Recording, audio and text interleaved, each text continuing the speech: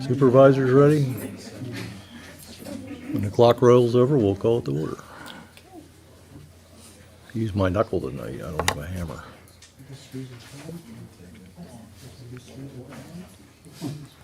I'd like to call this meeting to order. Please rise for the Pledge of Allegiance. I pledge allegiance to the flag of the United States of America and to the republic for which it stands, one nation, under God, indivisible, with liberty and justice for all. Please be seated.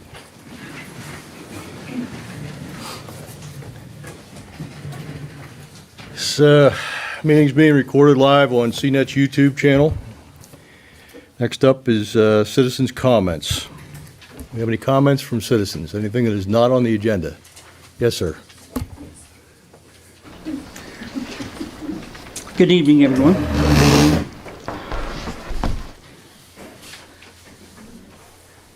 My name is Wayne Foster. I live in Halfmoon Township. And I thought it was really eye-opening tonight that the EMS wasn't on the agenda.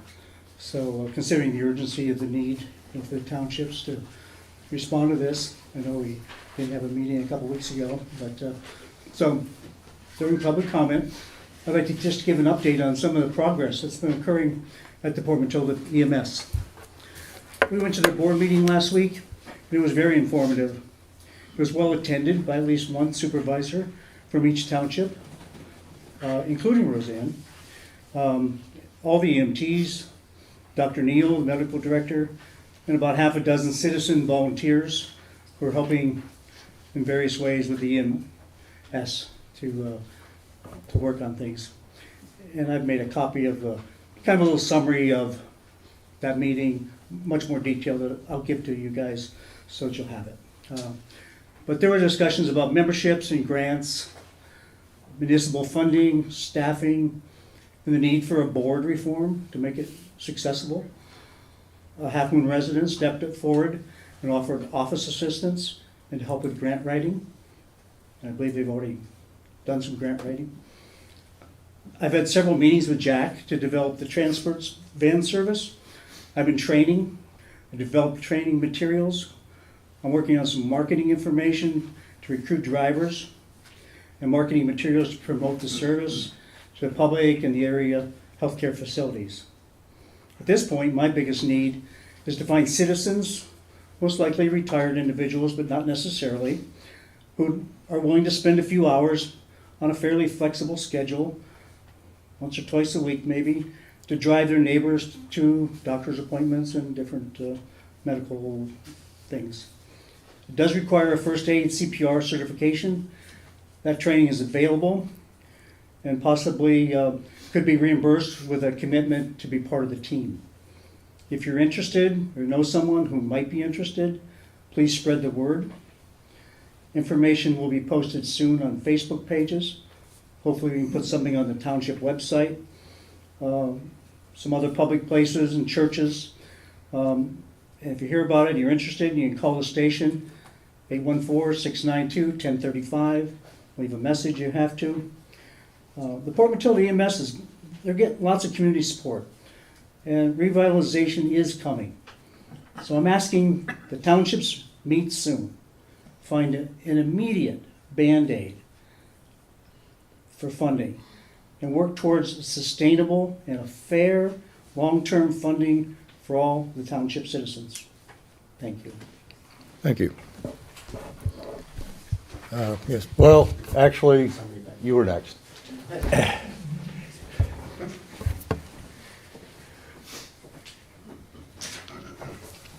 Karen Miller.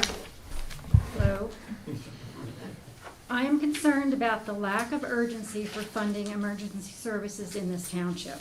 The funding model of volunteerism, fundraising, and memberships and/or donations no longer works. We need to figure out a new way to pay for services. Every citizen in Halfmoon Township should be paying their fair share for EMS and fire services. I'm aware the committee that is being formed with one member from each municipality and the Upper Bald Eagle Cog to discuss the equitable funding of emergency services, and the motion Dave Piper made for our solicitor to draft a resolution to force the insurance companies to pay for ambulance services. Both are admirable endeavors, but not ones that will get immediate relief to EMS.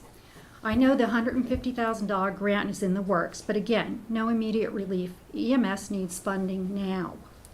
Our township has a wealth of talented people stepping up to help EMS.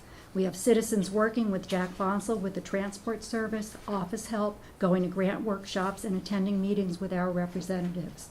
Others are exploring new ways to recruit EMTs. What they lack is the financial commitment from the Board of Supervisors. I've been coming to township meetings for a year now, and I have watched this board approve hundreds of thousands of dollars to pay off loans and purchase equipment for road crew. The last treasurer report stated that the township has $2.5 million in all its funds and $1.4 million in general funds. They also have ARPA funds, yet they only budgeted $14,500 for EMS in 2023. We need the Board of Supervisors to step up now and fully fund EMS. It is taxpayer money, and it should be spent for the good and welfare of the citizens of Halfmoon Township. What better use of money than fully funding EMS and fire, both essential services needed by all? I respectfully request that you make a monetary commitment tonight to fund these services. Release the yearly budgeted money and commit ARPA funds to EMS. If we can buy a backhoe for $140,000, we can fully support EMS. Be the leaders that you can be. Thank you. Thank you. Yes, sir. Cliff Neal. I am a Halfmoon Township resident. I am also the medical director for Port Matilda EMS and for Center Lifelink EMS.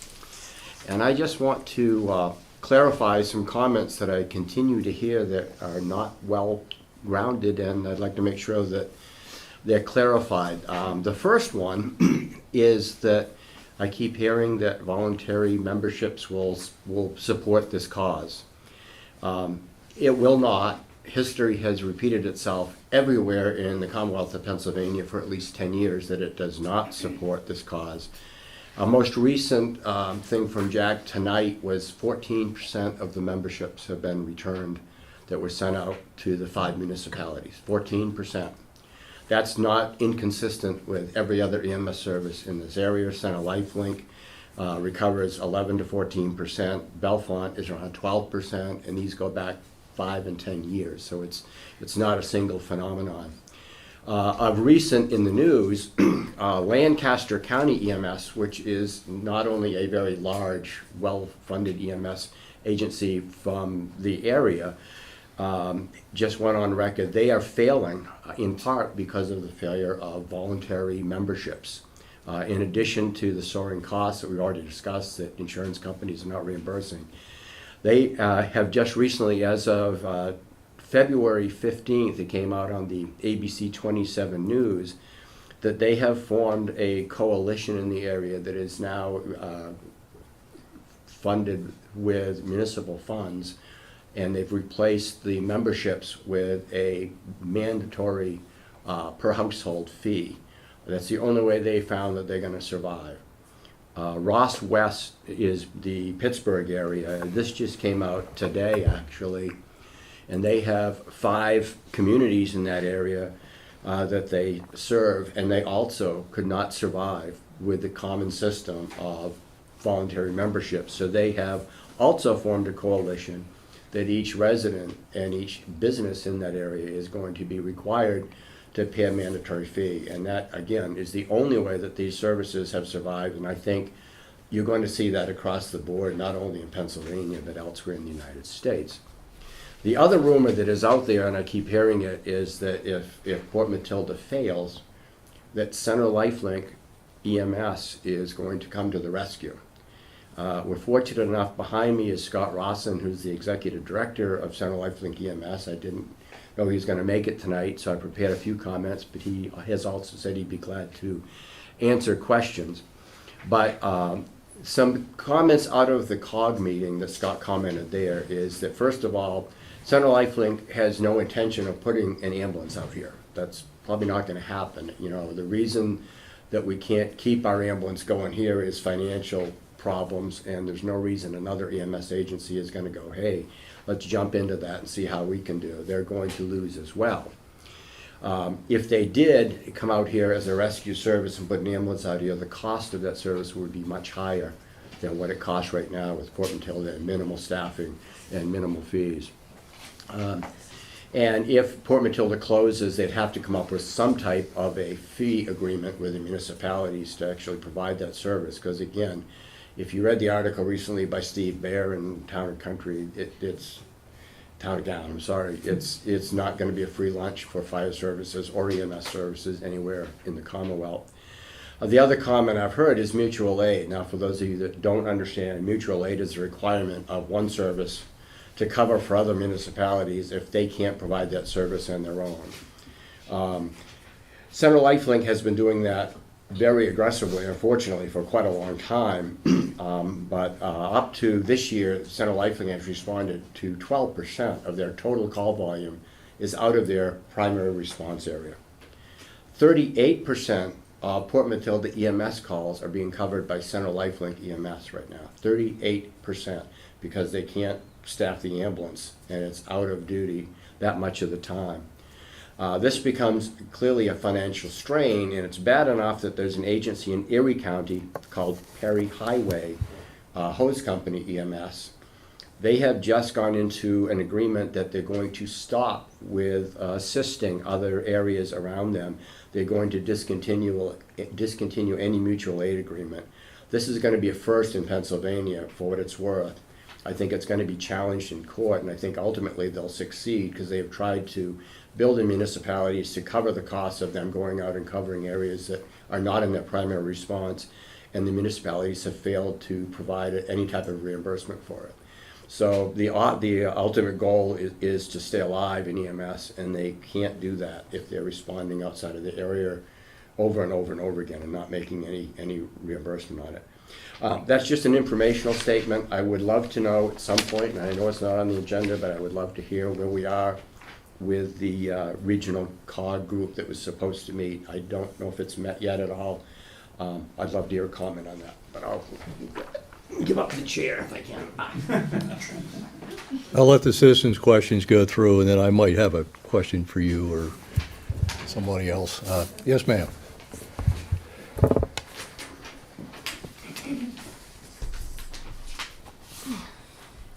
Hello, everyone. My name is Lenore Foster. I'm a resident of Halfmoon Township.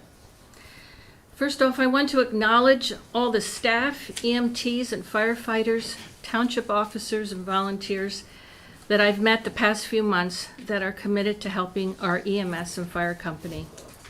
Over this time, I've learned a few things. That we have a dedicated EMS staff that want to serve their community and that has been making ends meet to keep the service alive for years.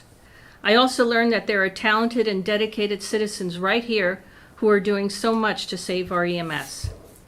There are finance experts, those that excel in writing and research, those that can keep the public aware of meetings, legislation, and news, those that deliver membership envelopes and put up flyers, those that are volunteering to revive the transport system, those looking for new fundraising ideas, those leading the effort to recruit high school scouts to be EMTs, those volunteering to take over the office work and find and write grants, and those that call or meet with legislators. All of them are doing this on their own time. I've learned that the funding model that has kept the EMS on life support for many years is broken. This is a problem across Pennsylvania, and everyone knows it. Even though there's a volunteer who will be applying for grants, we have learned that grants take many months or years to be available. Meanwhile, we've been given a gift from the federal government in the form of ARPA funds. This gift totals $300,000 for our township alone and could be combined with the other townships to recruit and retain staff, cover capital expenses, pay for new staff, for incentives, and refurbish or replace an ambulance or remodel the station to make it more accommodating. Every EMS is short-staffed, and we will have to compete to find qualified EMTs. I've learned of many other townships that have used their ARPA funds to say EMS stations and fire companies. I have shared that information with all of the supervisors in the 5 townships served by our EMS. Instead, they reply with outdated information and talk of potholes and road repair. The Center County Commissioners were very supportive when we met and knew about our situation, and they urged the townships to fulfill their responsibility. Senator Langerholk and his staff, who I talked with yesterday, told me that retaining our EMS should be a priority over road repair. When we explained the time frame, we were told that grants are not the solution we should be pursuing for the immediate future. They were shocked that road work seems to be a higher priority than EMS when the funds exist right now. All in all, the news stories I've read about EMS and fire stations getting ARPA funds from other communities, one sticks out and really hits home. I received a response from the chief of the Howard Fire Company just yesterday telling me that yes, all of the 4 townships served by his fire company used 50% of their total ARPA funds and bought them 2 new fire trucks. So it can be done here in Half Moon. ARPA funds will only be around for a short while. Their uses must be designated by the end of 2024, and the money must be spent by 2026. Otherwise, we lose that money forever. Roads need to be fixed every year. That's why we pay taxes. This opportunity will not last long, and we're running out of time. Thank you. Thank you.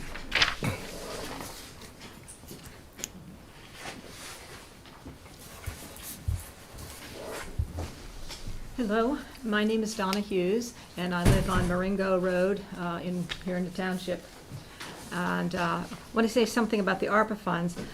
But first of all, I understand that the COG subcommittee to work on funding for EMS might finally have enough people to form a committee.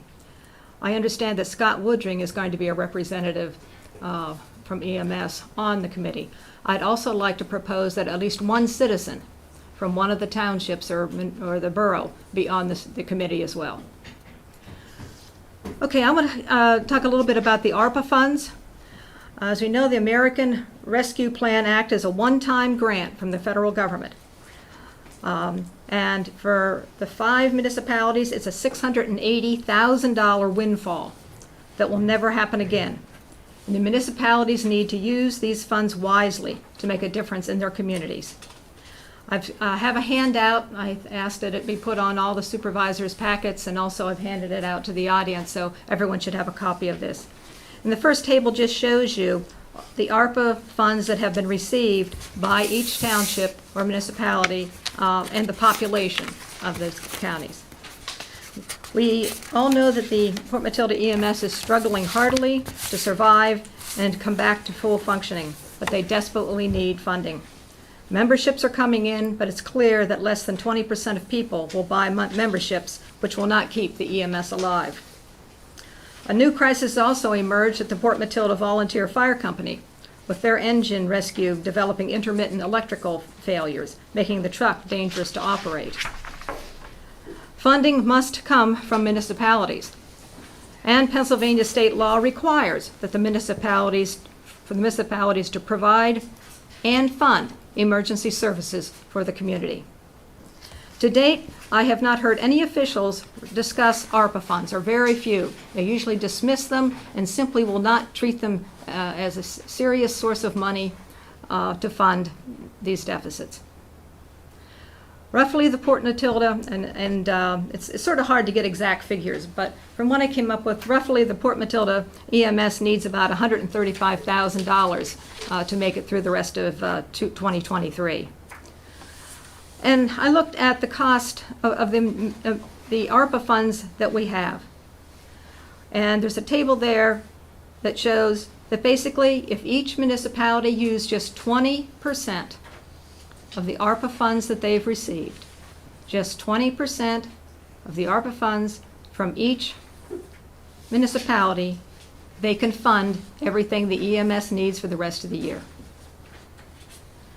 And what's more, if the municipalities would be willing to take another 20% of their ARPA funds, they could put those towards buying the new engine rescue for Port Matilda Volunteer Fire Company. And if they would really want to make an impact, really make a difference in the community, they could add another 20%. Put 40% of their ARPA funds towards buying the new engine rescue and give them $271,000.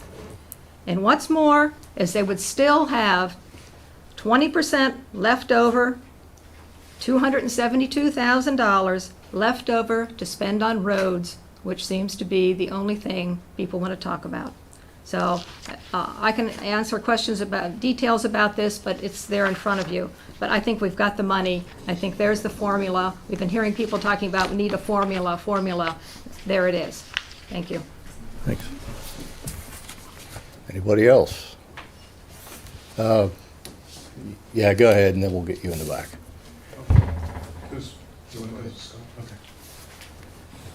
I'll just tail on. Since you're up. Sorry about that. I'm Dave Crow. I'm a long-time, 20-year resident. I guess that's not a long-time resident in Half Moon, but I'm a 20-year resident. I'm a volunteer with Port Matilda Volunteer Fire Company. I'm also pitching in where I can with EMS to try to help with their situation. So, you know, what I've learned in my time here with the fire company, I spent a long time watching from over the hill, you know, wondering what's going on over there in Port Matilda. You know, they're the guys that come over here and run towards the problems. The first responders in Port Matilda, the fire company, and the EMS have a long tradition there for us. They run towards the problem, not away. They protect us from harm. The men and women of both fire and EMS over there have routinely saved our homes, our property, our lives, in our growing community. We are the part of the cog that is still growing. We're an active and relatively wealthy community compared to the rest of the cog. The fire and EMS services are both nonprofit organizations. They're not money-making ventures. They have simple and straightforward budgets. What's lacking for EMS and fire is a consistent and reliable source of funding. Some of this has changed over time. None of it gets better for volunteerism. We point to inflation, the insurance industry, declining volunteerism, and generational divides as the source of the problems. But these are things that, you know, aren't of their making. These are things that are out of our control. The primary way we can help as citizens that aren't willing to run towards problems and run towards burning buildings and run towards suffering patients is that we provide financial backing for our emergency services. A lot of talk here about ARPA. This is a one-time opportunity. But it's not just because it's a windfall, it's because that's what this was for. These were, you know, as we recall, as we were all holed up in our homes, these were the people that were out there. You know, they had to figure it out. They put their health at risk, they put their own lives at risk, and they suffered. They suffered not just as individuals, but they suffered because, guess what, we can't raise money. You know, the fire company can't have a bingo. The fire company can't be out there, you know, hustling raffle tickets and the crazy things that they do to buy $400,000 fire equipment. So a $400,000 fire engine was an opportunity here. Normally this fire engine, and it keeps going up every year, is a $1.2 million purchase. So this was an opportunity for the fire company to get out there and grab this thing while they can. And they went to the COG, and, you know, a lot of good friends at the COG and good, you know, upstanding supervisors, you know, they rallied around what they could do immediately. But I think now as the dust settles, do we really want the fire company saddled with $300,000, $400,000 in debt? We'll look back at this, and some of the supervisors have been around long enough. We'll look back at this 10 or 20 years ago, and they'll say, well, what did they do? Why did Port Matilda Fire Company get themselves deep in debt over a $1.2 million fire engine? The reason they're going to get into debt is because we, Halfmoon Township, aren't doing our fair share. We're not doing what we can. We have an opportunity, and we have a unique opportunity to help that fire company. The EMS is now close to my heart because guess what? Same side of the mountain, And EMS, not only do we need to save the EMS for obvious reasons, but you're also impacting the fire company when EMS isn't there. The fire company will be impacted if there is not an EMT available to provide those medical services. They're not going to be as efficient, they're not as qualified, they can't do everything, but you bet your butt they're going to be called upon if that EMS service is not there. So it's important to all of us. Fire companies and all volunteer staff. We at Half Moon are not among the firefighters. There's not a single Half Moon resident over there fighting fires for us. A few of us are lending a hand over there, and if several more of us are helping EMS get over this major hurdle. In short, we as a community have the means to help. We have the ARPA funds sitting idly in the coffers right now. Let's do what we can to fund these services, not just support them. Thank you. Yes, sir.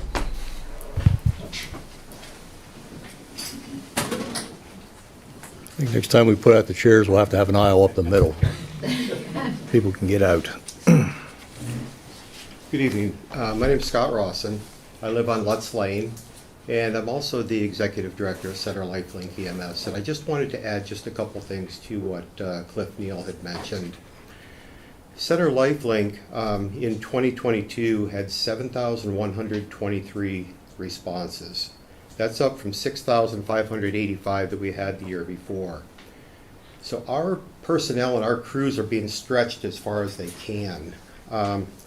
We had 770 calls outside of our primary service area, and 167 of those were to the 5 municipalities of the COG here. So, the thing that Center Lifelink is hoping is that Port Matilda EMS can stay in service. I think that's going to be the most cost-effective means, and we're doing whatever we can to assist them. When they have an ambulance go down for service, we lend them an ambulance. The non-emergency van, we sold that to them for a very, very reasonable price, just to allow them to have that, to hopefully generate some revenue that can help them. And the other thing I just wanted to mention, just recently we had a call in Halfmoon Township for just a person that slid out of their chair, a non-emergency. But we sent one of our paramedic staffed ambulances out to Half Moon to pick the person up and get them back in their chair. In the time that we were on that call, we turned over 2 calls in our primary service area. One was chest pains and one was a stroke. So it's not making the best use of the resources, and I just wanted to say that Center Lifelink is here to do whatever they can to help Port Matilda EMS succeed. Don't leave yet. I have some questions for you. Uh-oh. I don't want people to think that this board is not doing anything about the fire ambulance company, because we are. Mr. Savello could not be here this evening. I'm not going to go into the details, but he has good reason. So, and because he's spearheading a lot of that stuff, I don't want to talk out of turn, because we have not sat down and gone through all the details, because that's his committee. One of the things that has become very apparent, and you all have mentioned it, just about everybody mentions it, is a lack of trained EMS people. And one of the things that I mentioned in the office, and I know those guys can, or at least one of them can verify it, I said about, well, what about if the township just hired somebody or some bodies to work? You know, they'd be township employees, but they could be EMTs or whatever. But the fear is also that we are poaching from other local groups that are also shorthanded. You know, we could make up some salary figure and you know, everybody go run it. And that's not going to create more EMTs, that's just going to steal EMTs from somebody else. Do you have, because I know you're heavily involved with this stuff, do you have any ideas about what we could do to get more EMTs without destroying the EMT fabric out here in the center region? Yeah, Center Lifelink has actually bumped up from 2 to 3 EMT training programs in 2023. We've got one going on right now, and there are 2 EMT students who have Port Matilda addresses that are in that EMT class. That class, I think, finishes May 17th, I believe is when that is. And then we're going to do a summer class, and then we'll do a fall class. So we bumped it up to try to get more EMTs trained. We're fortunate that we've got the use of, I shouldn't say the use of, but we have some volunteers who are Penn State students. And the Penn State students come in knowing that they want to go on to be a physician, a PA, a nurse, whatever it is. And they'll take the EMT course, get some hands-on experience on the ambulance, and that helps us with our staffing problem. But our volunteer hours last year went, in 2022, we had 5,300, and in 2021, we had 10,800 volunteer hours. So we can do the training, and I think there are employable EMTs, and I'd certainly be willing to meet with whomever would like to talk about that. Our board of directors, the executive board, is willing to meet with any municipality that they would like to.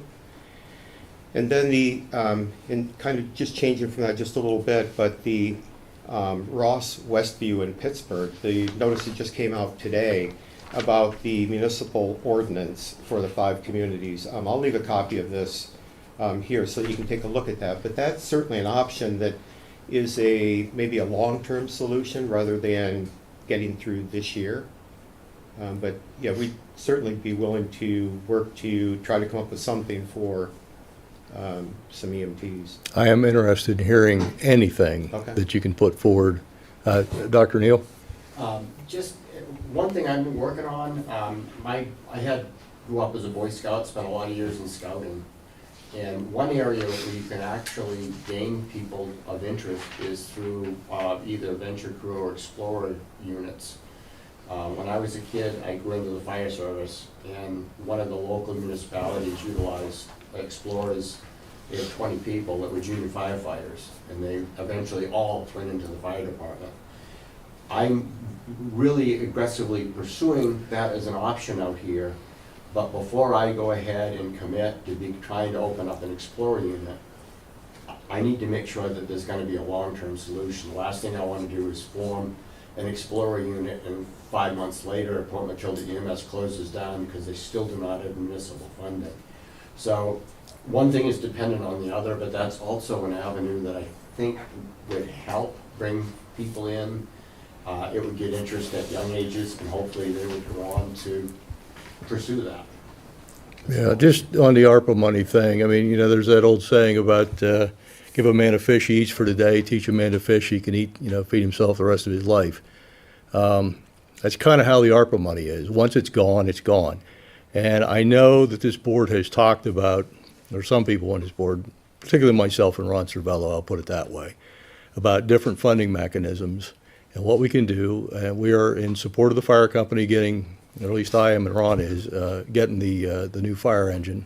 Well, it's a used fire engine, but to replace the one with electrical difficulties. I wished it had gotten sent to, or had been sent to, a company with proper experience with electronic technologies, to see what was really wrong with it, what it was going to take to fix it, but it didn't. And, I'm okay with the fire company getting that. I think they need it. I don't think anybody on this board is sitting here saying we don't want to support the fire company or EMS. We just want to make sure that when we do it, it's a permanent solution. And I know Ron Cervello is working diligently with the other townships trying to get a permanent solution. And some of that's going to be municipal funding, some of it might be other sources or working through municipal funding, but we need to know where we are, where we got to be. And, say we're not going to leave them hang. It's my fire company too, and my ambulance company too. And I was there when the fire or the ambulance company split from the fire company years ago because the fire company was having financial difficulties. And that's the problem with these little areas out in the middle of the country, and people get supportive for a while and then they forget this support. And somebody had mentioned the fact that we have no firefighters on this side of the mountain. We got 2,700 people in this township. I mean, nobody wants to volunteer for the fire company to ride on that fire truck? I mean, what are we doing? So, I mean, there's got to be some people over here. I'm sure everybody knows that the fire company's having difficulty. But there's got to be somebody over here that says, well, maybe I could do it or whatever. We want to work out a training program as well to help fund. I know it costs a lot of money to get your firefighter one, to get your EMT certification. We want to try to think about something like that, so that those funds are there when those people want to volunteer, that we can get them trained. We're trying to come at this from all different directions at the same time. And I say, if we had the full board tonight, we were going to discuss it because Mr. Cervella couldn't be here. Mr. Beck is shall I say, home, and he's not feeling terrific this evening. I didn't really want to bring it up and have a conversation tonight without the full board here, because you really need those people. So anyways, anything you can do, I'll get with you in a second, unless it's germane to the, I just have a question, so it's fine, go ahead. okay. Anything you can do, or if you would like to meet with any member of the Board of Supervisors to put out some ideas, we're open to them.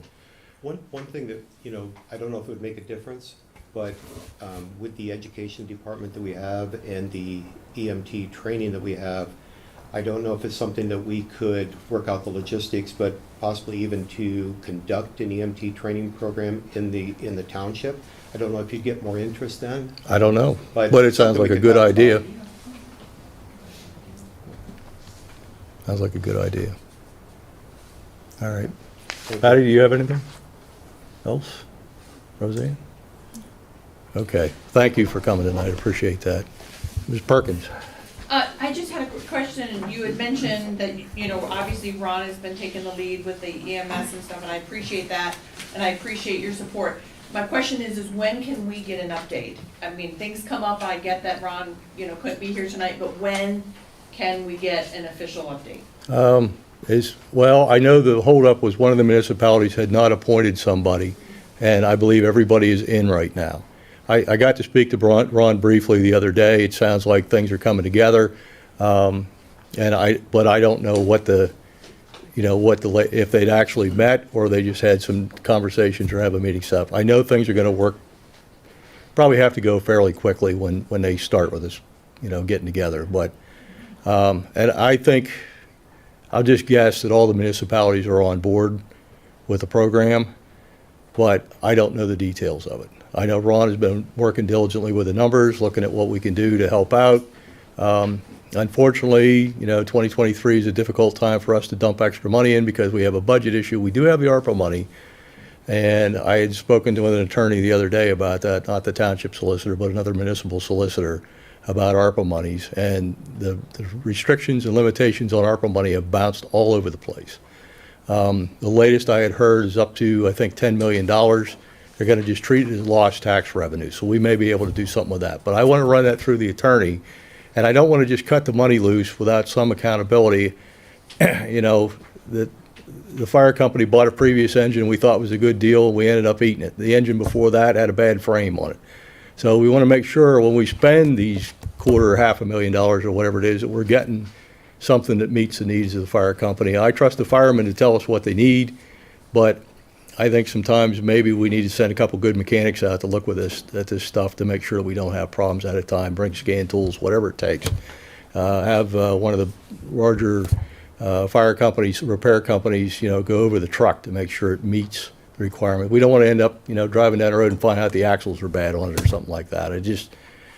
We've had enough of that. And if anybody buys used cars, sometimes you get somebody else's headache, and sometimes you don't. And so we just don't want to perpetuate that.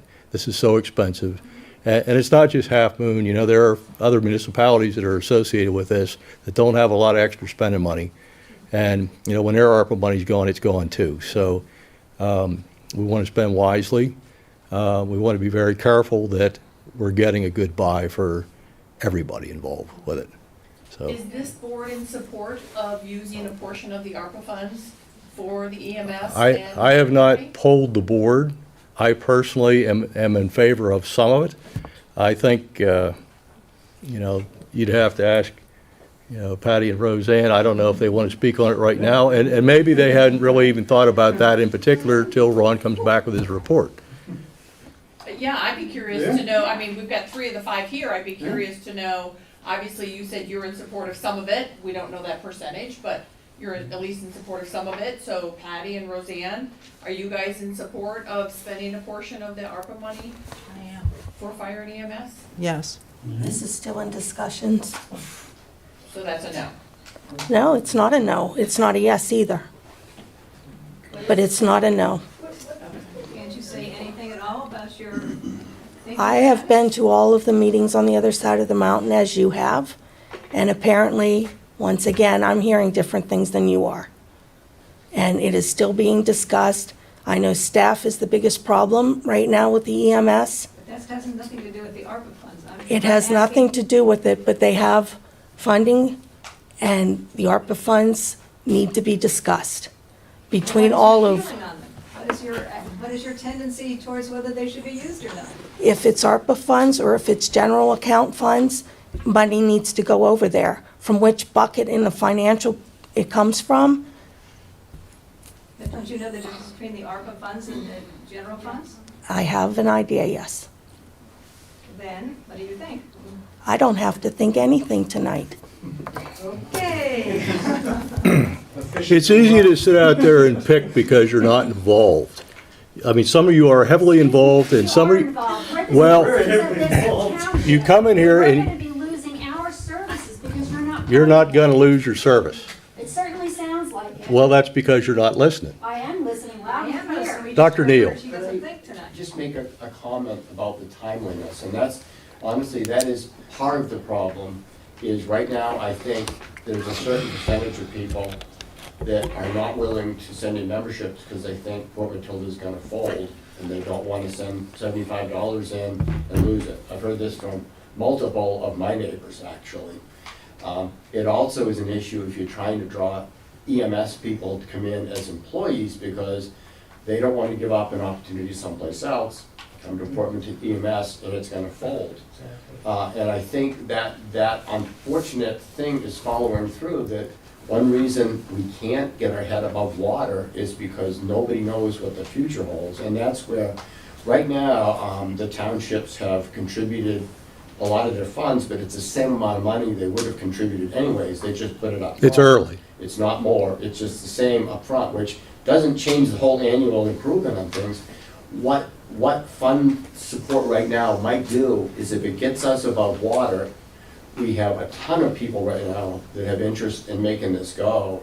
And especially out of all the townships, I'm not talking about money, I'm talking about different areas of expertise we have in Halfmoon Township to help make this thing work, but it needs an infusion of money so the security that group is, it's gonna stay open right now. If you don't do that, I think everybody's kinda like, well, I don't know if I wanna get, and I'm on the same boat, I don't wanna start an Explorer unit and then tell, 10 Boy Scouts 2 months down the road, sorry, it's, it's done. Well, I can tell you from my personal standpoint, I am not going to let this go. They're not going to go down. And neither the fire company nor the ambulance company are going to get lost. Now, I will tell you, it's not just money, you need people. You need trained, you need trained. Now, it's a shame that for the cost of a date, going to, say, Red Lobster for dinner, somebody would sit there and say, I'm not sending money to the ambulance company or the fire company to help them out. I mean, That's everywhere. I know, but I wrote my check. That's everywhere. And other people should write their checks. That's the problem. Even if we have all the stuff is covered by the taxes, that still doesn't get community support in there to help those people. And I'm not saying it's not gonna end up being that way. In the But- best year, they got 20%. The best year ever. Well, they would get 20%, I know that And we're looking at 12. Ms. Hoover has had 14,000 flyers a year. printed up, and we were gonna put them in with a tax flyer to send them out for the ambulance company to help them get more members. We need government to focus on government. Yeah, I'd just like to point out that there have been, some of the municipalities over in Bald Eagle have paid their full amount of the amount they give to EMS up front, so that they've already paid it. This township not only wouldn't even consider your suggestion, Dave, to plant or to pay the full amount, when you proposed just give them 1/2. No. Just give them one half. Rose Ann voted against it. The two that were here voted for it. Very And so true. therefore, you refused even to give them half. And I spoke to Jack on Friday, and I went over that very same point with him on Friday. And I asked him in that meeting, did he want big funding right then and there? And he said again, no, that wasn't what he was after that night, that I had heard correctly. I went back to Jack and Why don't you asked make a him. motion tonight to now send it? Right now, right, make a motion. Send the rest of it. I don't now. need, I am not going to be pressured by people in the crowd. I have been to every meeting that I have been able to go to collect information, and the information is still coming in. They have funding. They couldn't even pick a month the other night on when they would close when you asked them.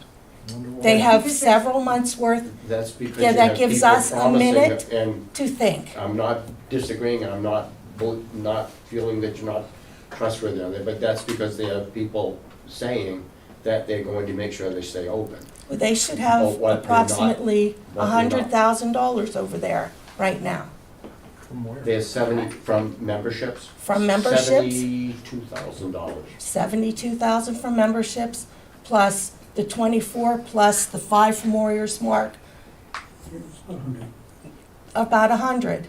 So to make decisions just today, because they have $100,000 to keep the lights on for a couple minutes. We have a committee meeting next week, or whenever, and when they meet, there will be more information, and I'm trusting that that committee from all 5 municipalities are going to come together and have some ideas. You I took guess you took a month to form a committee of exactly the same makeup as the COG.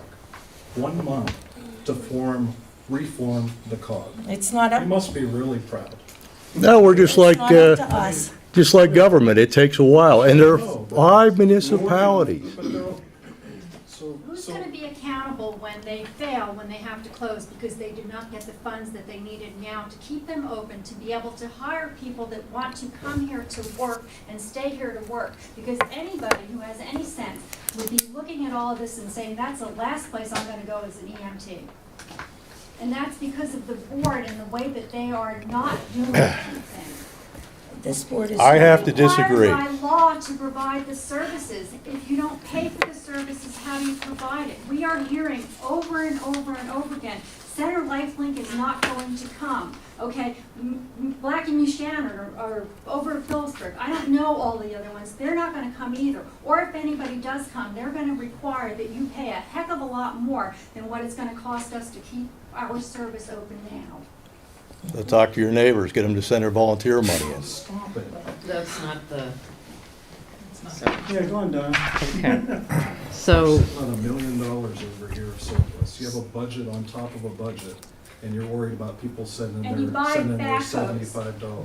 You spent this money on a backhoe. Well, we need the backhoe. And we need the ambulance company too. But the ambulance company is not under the ownership of Half Moon Township. It is a volunteer organization, not for profit.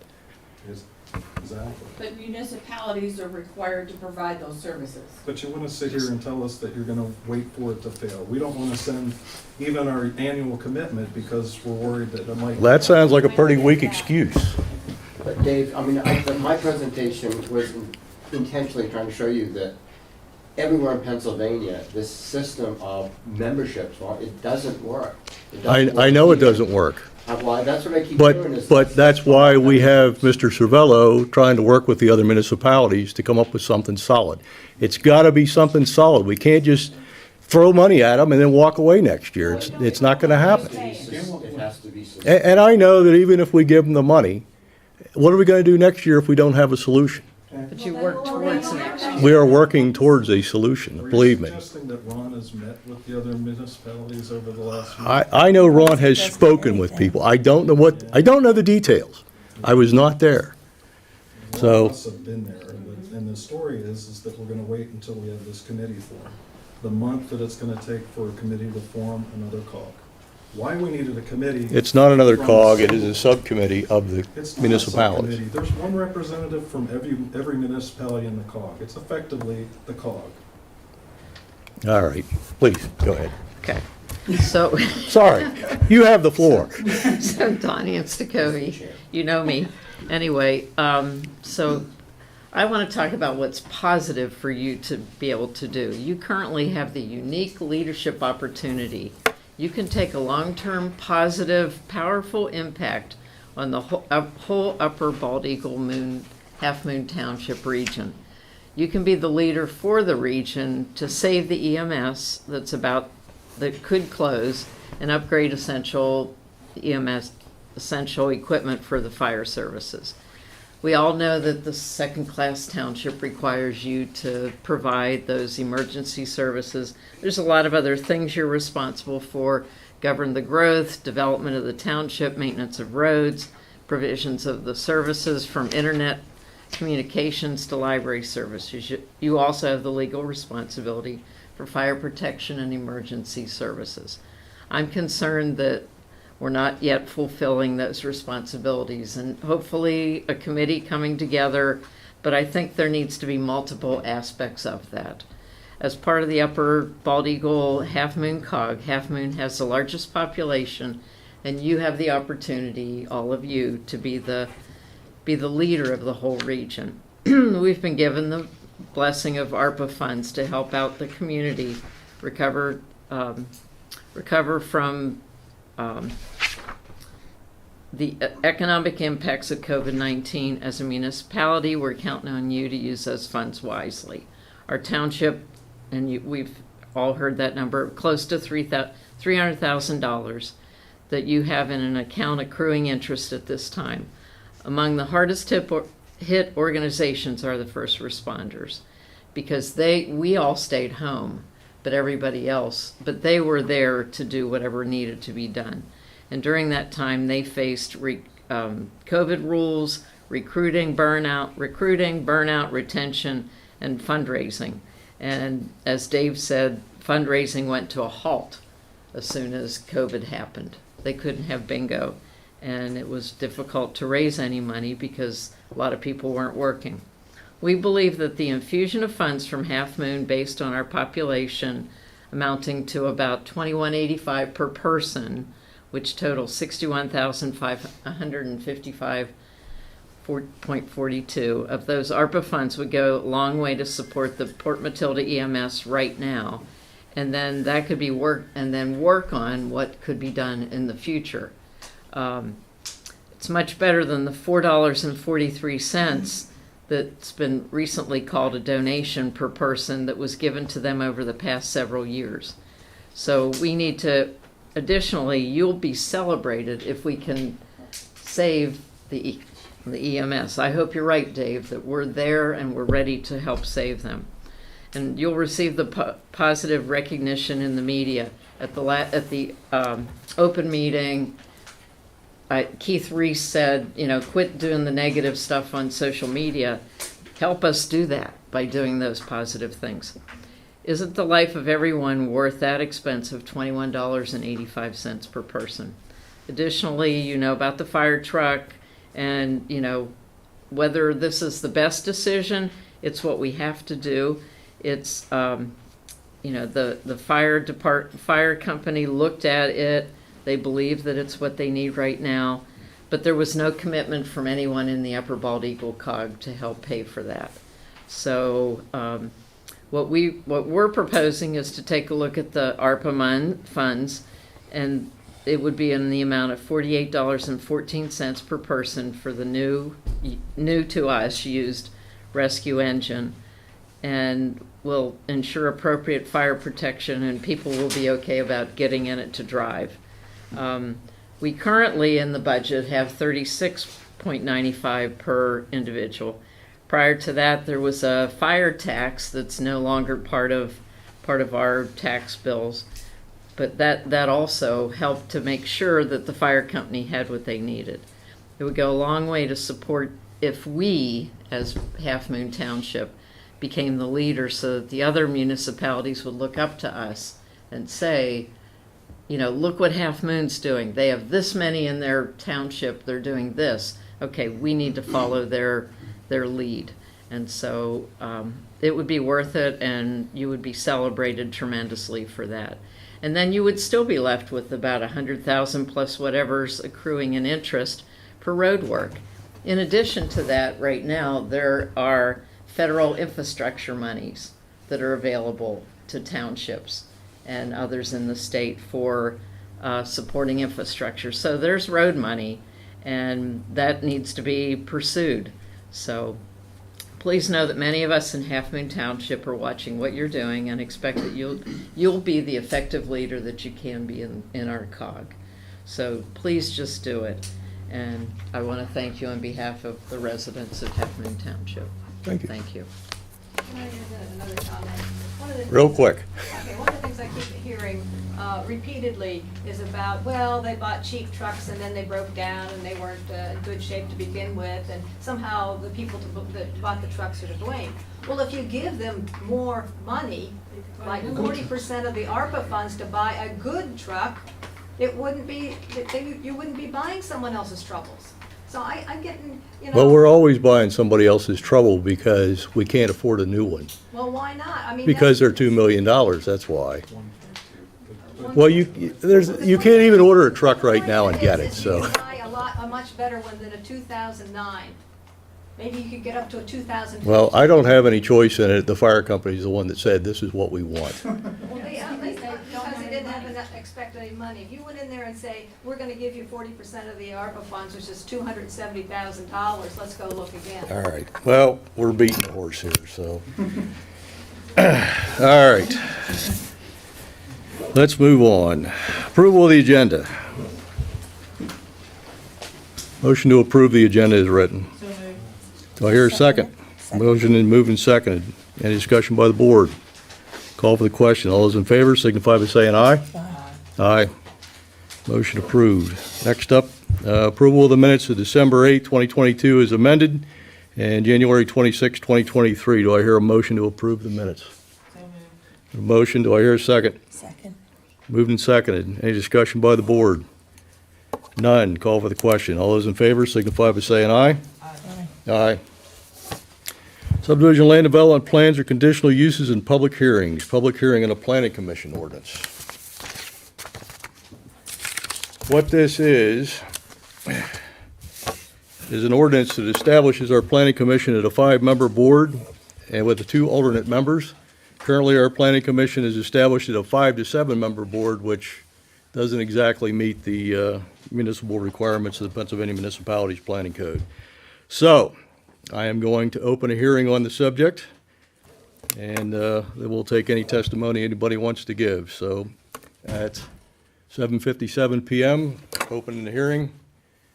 Anybody have any comments, questions, concerns?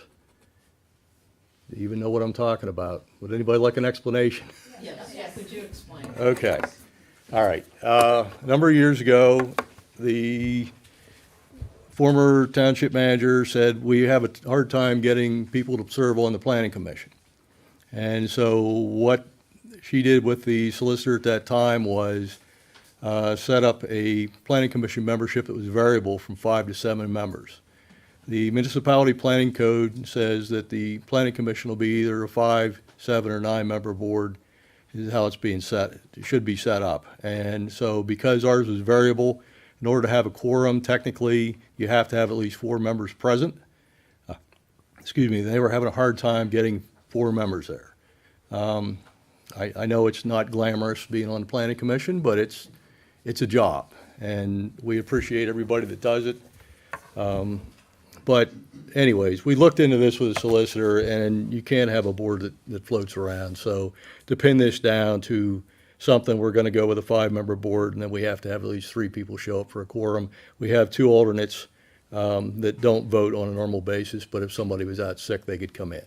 So we're establishing this by ordinance, which is how it has to be done, and that would hopefully get our quorum for our planning commission meetings so people can come in and do what they need to do, so that we get good citizen advice on the plans that are coming through. And as many of you have seen, we have some good plans and we have some bad plans. So, This doesn't have anything to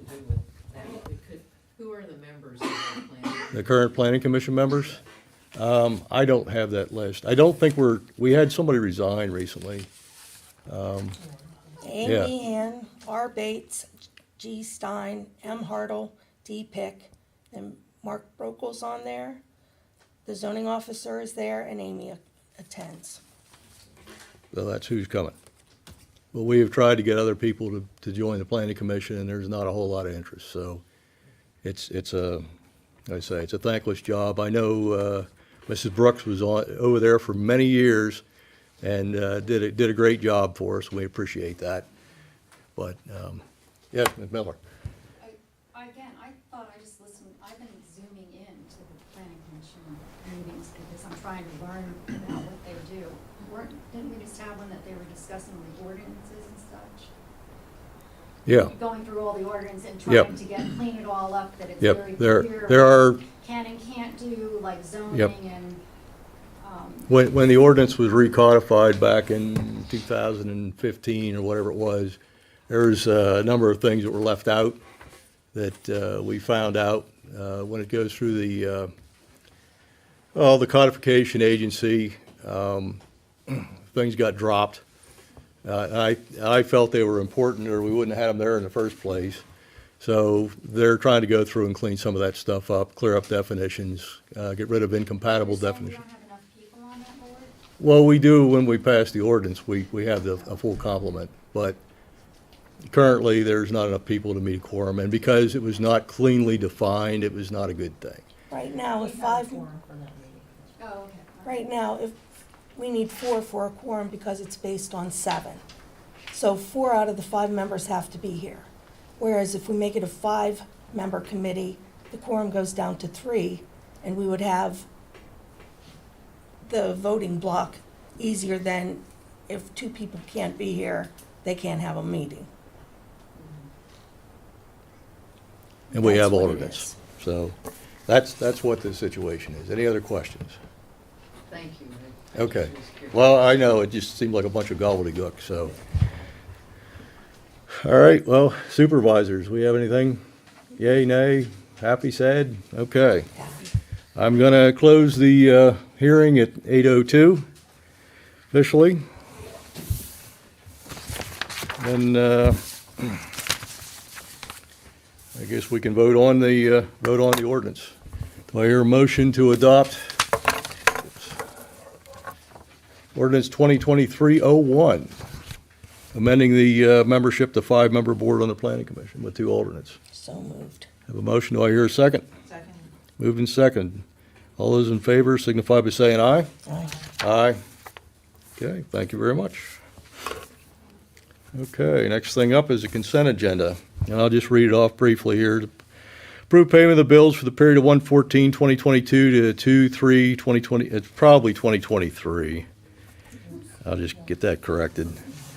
General fund, the amount of $76,501.58. Open space preservation fund, the amount of $1,624.30.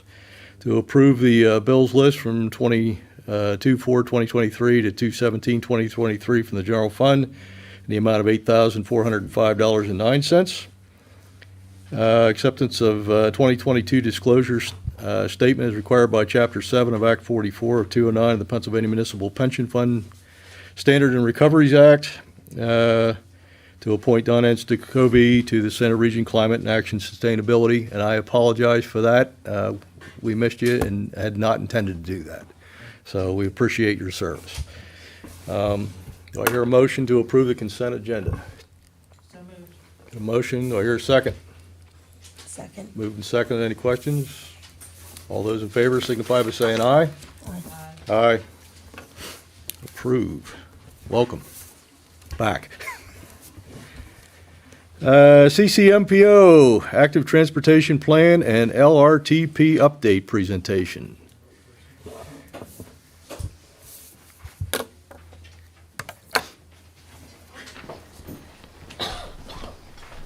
Good evening. I'm Ann Messner from Center County MPO, and my boss back there is going to also talk, so bear with us here.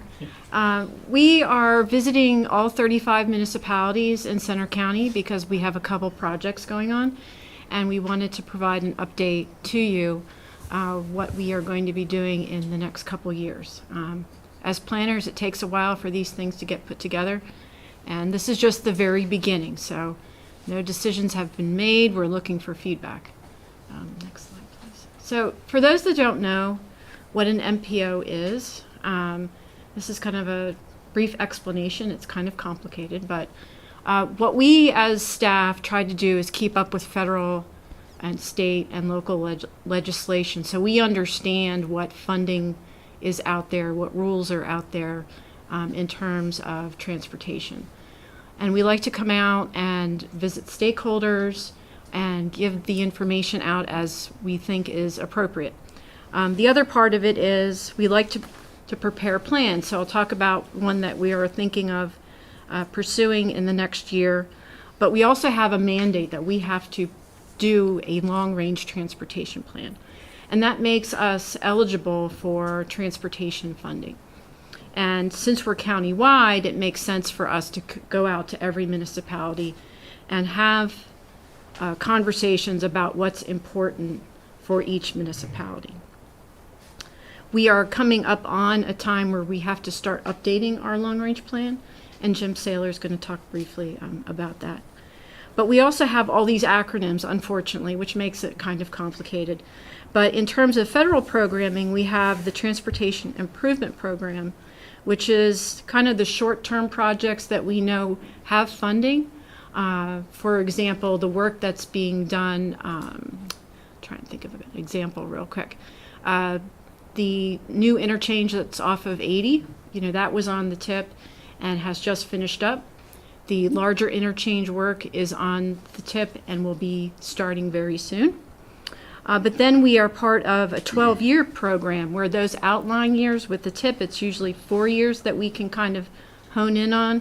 12 years is our planning document. It gives us an idea of what we can work with for the future. But as planners, as staff, we have what we call a unified planning work program.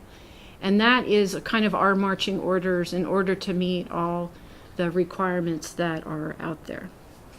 In addition to that, we have to worry about how the funds are allocated, federal, state, and local, to make sure that bridges, roads, our transit system, and active transportation are in either good repair or are addressing things like safety. So next slide, please. So the one project that staff is working on is what we're calling an active transportation plan. Center Region has a bike plan, but the county does not have anything that's equivalent to it. And so we are looking at making a plan in the next year that goes beyond the Center Region borders, because we know that bike, ped, and what we're also going to be calling wheels are important modes of transportation for people. And these are just the components right now that we want to do. We need to do data gathering. We have pretty good GIS, but it's not complete.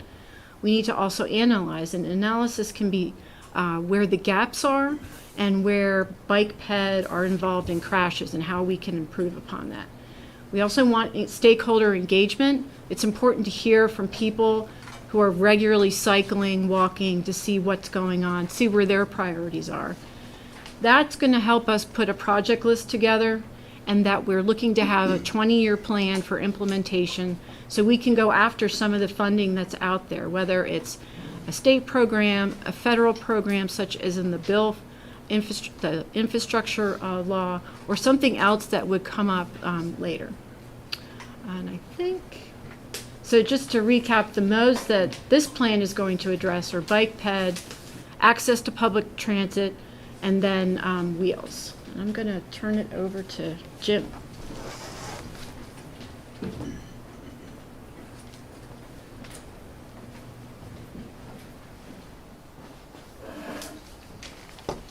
All right, thank you. As Ann said, my name's Jim Saylor. I also work with the Center County MPO.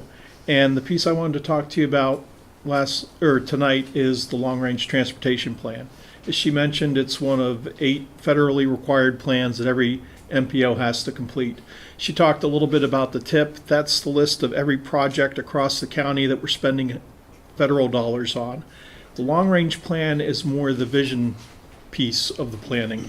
It's where we look ahead, we look at how the network is performing, what kind of condition the roads and bridges are in. We have to do an assessment of what funding we think will be available from federal and state sources over the next 25 years, and then make an assessment of how we think, if we use those funds and invest them in the transportation network, how we think it'll be performing across that lifetime. So that gives us the chance to come out and work with municipalities, talk with you about your needs, and then fit that into the context of the entire county, our planning area, and start talking about what our highest priorities are. What are the things we know we really have to work on if we want the transportation system to work as well as possible, given the funds that we expect to have. If you go on to the next slide, please. Thank you. So these are some of the areas that we expect to be spending time on in this update. We'll be going back and revisiting the demographics, looking at what's changed since the last plan update. One of the things we're hoping to do is bring more data into the process. Every time we go through one of these updates, there's more information available, either in terms of the bridge and roadway conditions, the methods that are used to plan for the work that's going to be required on them, or in this round we're seeing a lot of information about congestion that wasn't available before. So trying to bring that into the process, make it easily understandable for the people that we're working with, and then use it in our decision-making process. If you advance the slide, please. Thank you. For the last long-range plan update, it was completed in 2020, and the 25-year horizon took us out to about 2050. Our big innovation in that update was this idea of coming out and talking individually with each municipality, figuring out what your priorities are, and just trying to get an overview of how you work with transportation, who you work with, what your constraints are, what your major worries are. And that was a productive process. We conducted a series of 48 workshops. Over all that, I think over 950 issues were identified. It resulted in about 25 program projects, an additional 100 candidate projects, and over 100 additional issues that could become projects with further analysis.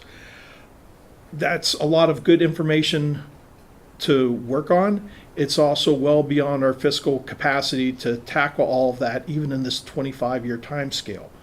So what we're starting with this time around is not recreating that effort. And if you, thank you, but trying to build on that, use it as a starting point and go a step further with it. So rather than just recreating all that information, trying to sift through it, find out what the major points are, and then bring that back around to you for some confirmation. So we were able to have a workshop with a couple of the members of your board and your staff and talk about what some of the major issues you see are. As we go through with the municipalities, we'll be able to provide information on what projects are programmed in the TIP and the 12-year plan. As it happens right now, there aren't a lot programmed in this township over the next 4 years, so that was a fairly quick-moving discussion. As we move forward through this process, we'll have other opportunities for public input. We're looking at a survey component. We'll also have a public comment period as we move forward to the point where we can make more decisions and provide more of the strategies. We want to make sure that we heard everything correctly and we give people a chance to weigh in on that. If you'd advance one more slide. So this sums up some of the input that we had in that meeting, and we just wanted to share that tonight and run it by you. This is the starting lines. You know, again, as we were talking with your roadmaster and your members, these are some of the things that rose to the top of the conversation. And we just wanted to share it and touch base and say, hey, are we missing anything? Did we hear you correctly? Are there things that need corrected as we're bringing this into the process? Or are there things that you'd like to add to this? Are there things we should be aware of and have, you know, in our thoughts as we begin this update process? Let me ask you this. Are you talking about using county money to fund some of these projects, or assist with the funding, or are you just talking about overall review and direction So towards the this, municipalities. this is a requirement. If you look across the county, we get about $40 million every 4 years in state and federal highway funds. To be able to put that to highway projects, we have to keep the plans like this up to date and in compliance with federal regulations. So that's the first thought with this is, when we talk about those TIP funds, programs like the Surface Transportation Block Grant Program, the National Highway Performance Program, or the set-asides that cover things like the Bridge Improvement Program, did we hear you correctly? And are these the things that rise to the top of the discussion? Now, that might lead to discussions of other funding sources, discretionary grant programs, or things we want to pursue on that nature. Well, I guess because 550 is the top two tags on this thing, and unfortunately, the township has no control or authority over 550 in any way, shape, or form. So if we say we'd like to have something done, and I know there's a lady in here that travels that road on foot several times a day and probably knows more about every inch of that road than anybody else, but the township is powerless to do anything on 550 because it's the state's baby, so to speak. Right, they are in charge of the maintenance, as it's a state route, yes. But, again, the questions we're asking, so if there's, one of the things that was in the last long-range transportation plan was discussion of 550 as a corridor all the way across the county, and as a high priority safety need. Yes, it's still under the control of PennDOT. Yes, they would have a role in collaborating with us in any safety projects that emerge from that. What we're asking is that still something you're hearing from your constituents, that there are issues there that would need to be addressed with safety funds? You raised the issue of someone walking on it. Is that something that, when we're having a conversation with the PennDOT maintenance manager about the next time it's being resurfaced, that we need to take a look at anything we can do to widen the shoulders? Is it something that feeds into the active transportation plan? Is it an important link for walkers, even though it's, Bicycles. yes. 550 is very unsafe for bicycle riders, and yet they're on there, and it's unsafe for everybody. People driving, people riding the bicycle, so it's not wide enough. Is it okay to make commentary? I don't want to step out. Sure.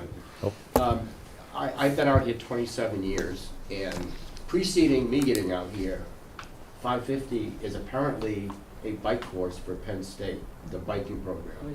It always has been. I was absolutely shocked when they repaved and resurfaced 550 and they didn't put a bike lane on it. That would, honestly, if you're talking about a safety factor, and you're talking to an EMS guy here who happens to scrape up the bodies when they get hit by cars, that has been a hard, I do mostly off-road biking myself, but I've done a fair amount of road biking both here and other countries as well. That has always been a frightening thing for me driving out here, especially when I came out here 27 years ago, we used to joke if you saw a car on 550, you hit rush hour.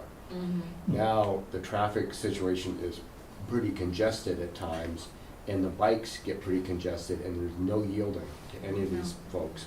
And it's a matter of time until somebody gets killed. We've had a couple crashes out here, but I can guarantee you it's a matter of time where a bicyclist or a runner gets killed out here because there's no lane at all to give them even room to get off the road.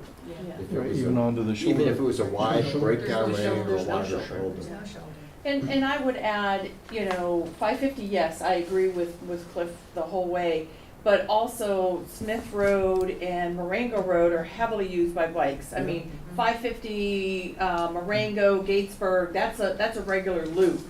And none of those have bike paths or shoulders, and That's part of our project for this year, right? We're looking at milling the side of the road. yeah, and We're looking at costs of widening Smith Road, correct? Yep. Now, I'll add a couple comments in here since Got some kinda poking passed to at me. you. So kind of to get back to Jim's sort of original intent, I believe, and comments here, and might kind of clarify things for you, Dave, is we sat down and went through projects, went through the previous meetings, and the 550 issues, quarter issues there, it was more of an informational meeting and giving me more contacts of who to pass issues along to. It's not necessarily that the township itself is responsible for going out and taking care of these. It's more of just where to pass that information along to. So that might clarify, kind of where Jim was going with that. And then to get back to Smith Road and Marengo and concerns like that, it is something we're pursuing. I was actually supposed to have a meeting today. It got pushed till tomorrow to look at widening it from the Toe Hill to Marengo section. The issues that come about with a lot of those types of things with bike lanes and just adding to the shoulders is right-of-way concerns. Yeah. The specific portion that I would like to address has numerous right-of-way issues that I'm not sure if it's really actually possible for us to widen it. Have to get all of them. Correct. So, this is things that the meeting tomorrow is with our municipal representative through PennDOT, and it's to more look at, getting the measurements of the road and looking at overall costs on, is this something we can even do? Because, especially in today's time, it's going to cost a large chunk of money to go, that distance. So, and it's kind of something, we could break it up into a couple different phases, but to do it correctly, there's obviously ways to do it that way. So, like I said, first is to see if it's even, fiscally plausible, and then second would be to put the resources out, see if we have right of way to even make this possible.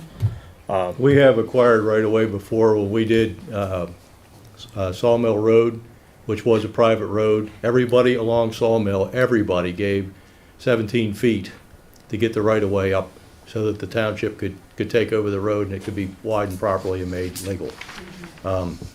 Smith Road's a legal road, but it's under the old 1828 roads law of 33-foot right-of-way. Yeah, it's Different world, different time. So it sounds like what I'm hearing tonight, shoulders, bicycle, walking. The roads are not very wide. 550, I know it was wide. And how many people remember the one-lane roads, one-lane bridges on 550? Yeah. So when they went to two-lane bridges, it was nice. Yeah. Obviously, it was never intended to have that kind of traffic that we have today. But 550, definitely, there's drainage issues in front of, by Dan Hallbecker's house. Every time it rains, there's a big pool of water there to about swallow your car. When you hit it with my little Volkswagen, you're just about off into the weeds. Yeah. Ms. Perkins. Question, and whether the question is for Chuck or the two guests that are here. So you talk about acquiring the right-of-way. So what's the difference between acquiring the right-of-way versus eminent domain?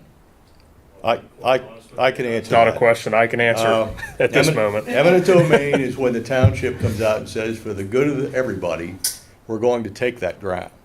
And then it is evaluated by a real estate appraiser, and the people are paid the money. They can still fight it in court, but that's how that goes. As far as I know, this township has never taken anything in eminent domain.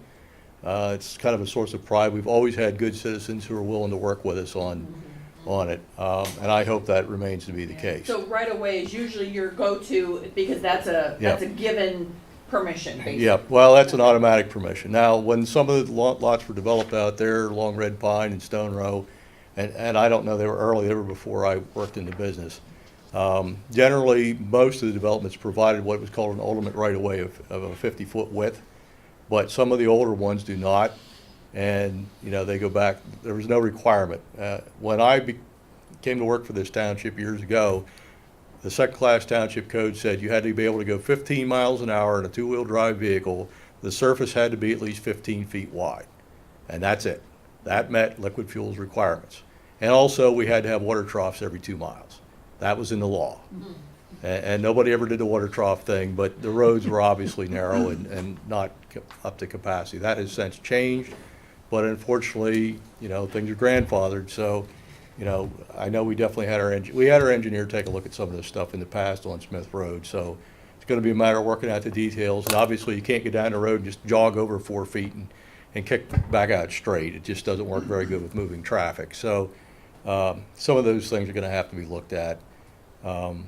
But that's something the township can work on. It doesn't mean we won't work in cooperation with the county if we can't afford to do it, you know, but you're looking at a, you know, 20-year plan, somewhere in that zone. So I think a lot of things that we need to plan for are gonna be a little bit further off, but anything you can do on 550 is gonna be a definite benefit to the citizens of this township and Warriors Mark and probably anybody coming up through from Tyrone. We seem to get a lot of through traffic. Is there a difference with, like, not widening, but just making the berms asphalt? Like, if you're on Marengo, if you're riding a bike on Marengo, you can tell right away as soon as you hit Ferguson. Because now there's, the shoulder just doesn't drop off. There's a little bit of macadam there instead of the gravel that washes out.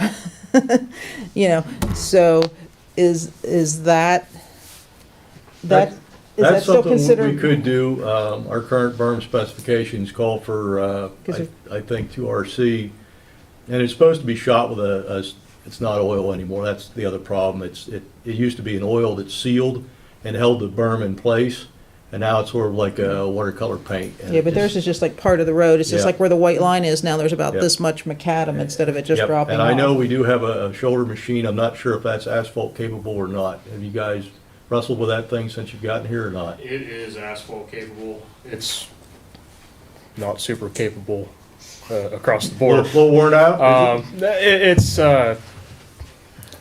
just takes a certain skill set, I think. Yeah, I'm sure it does. I'm not quite sure I have that yet. But, We're working with it. yeah, and I But think there's a lot of different options as far as berming and no matter what you do, as far as, I mean, even if we move the asphalt out, we still have to back it. You know, there still has to be stone material back there, because if not, I mean, just the nature of asphalt is it crumbles away because of the, you know. Eventually, I noticed like on the Ferguson side though, it just, eventually grass grows in and it's kind of dirt. Yeah. It's just like. Yeah, you they don't to do definitely it. have a completely different design on their shoulders. Is your plan also looking at things that aren't associated with the roads, like separate bike paths or not? Those can be included. So again, we're talking about two different plans. That's right. First with the active transportation plan and then with the long-range plan. And our hope is that we'll get a good handle on that through the active transportation plan, and that feeds what goes into the long-range plan update.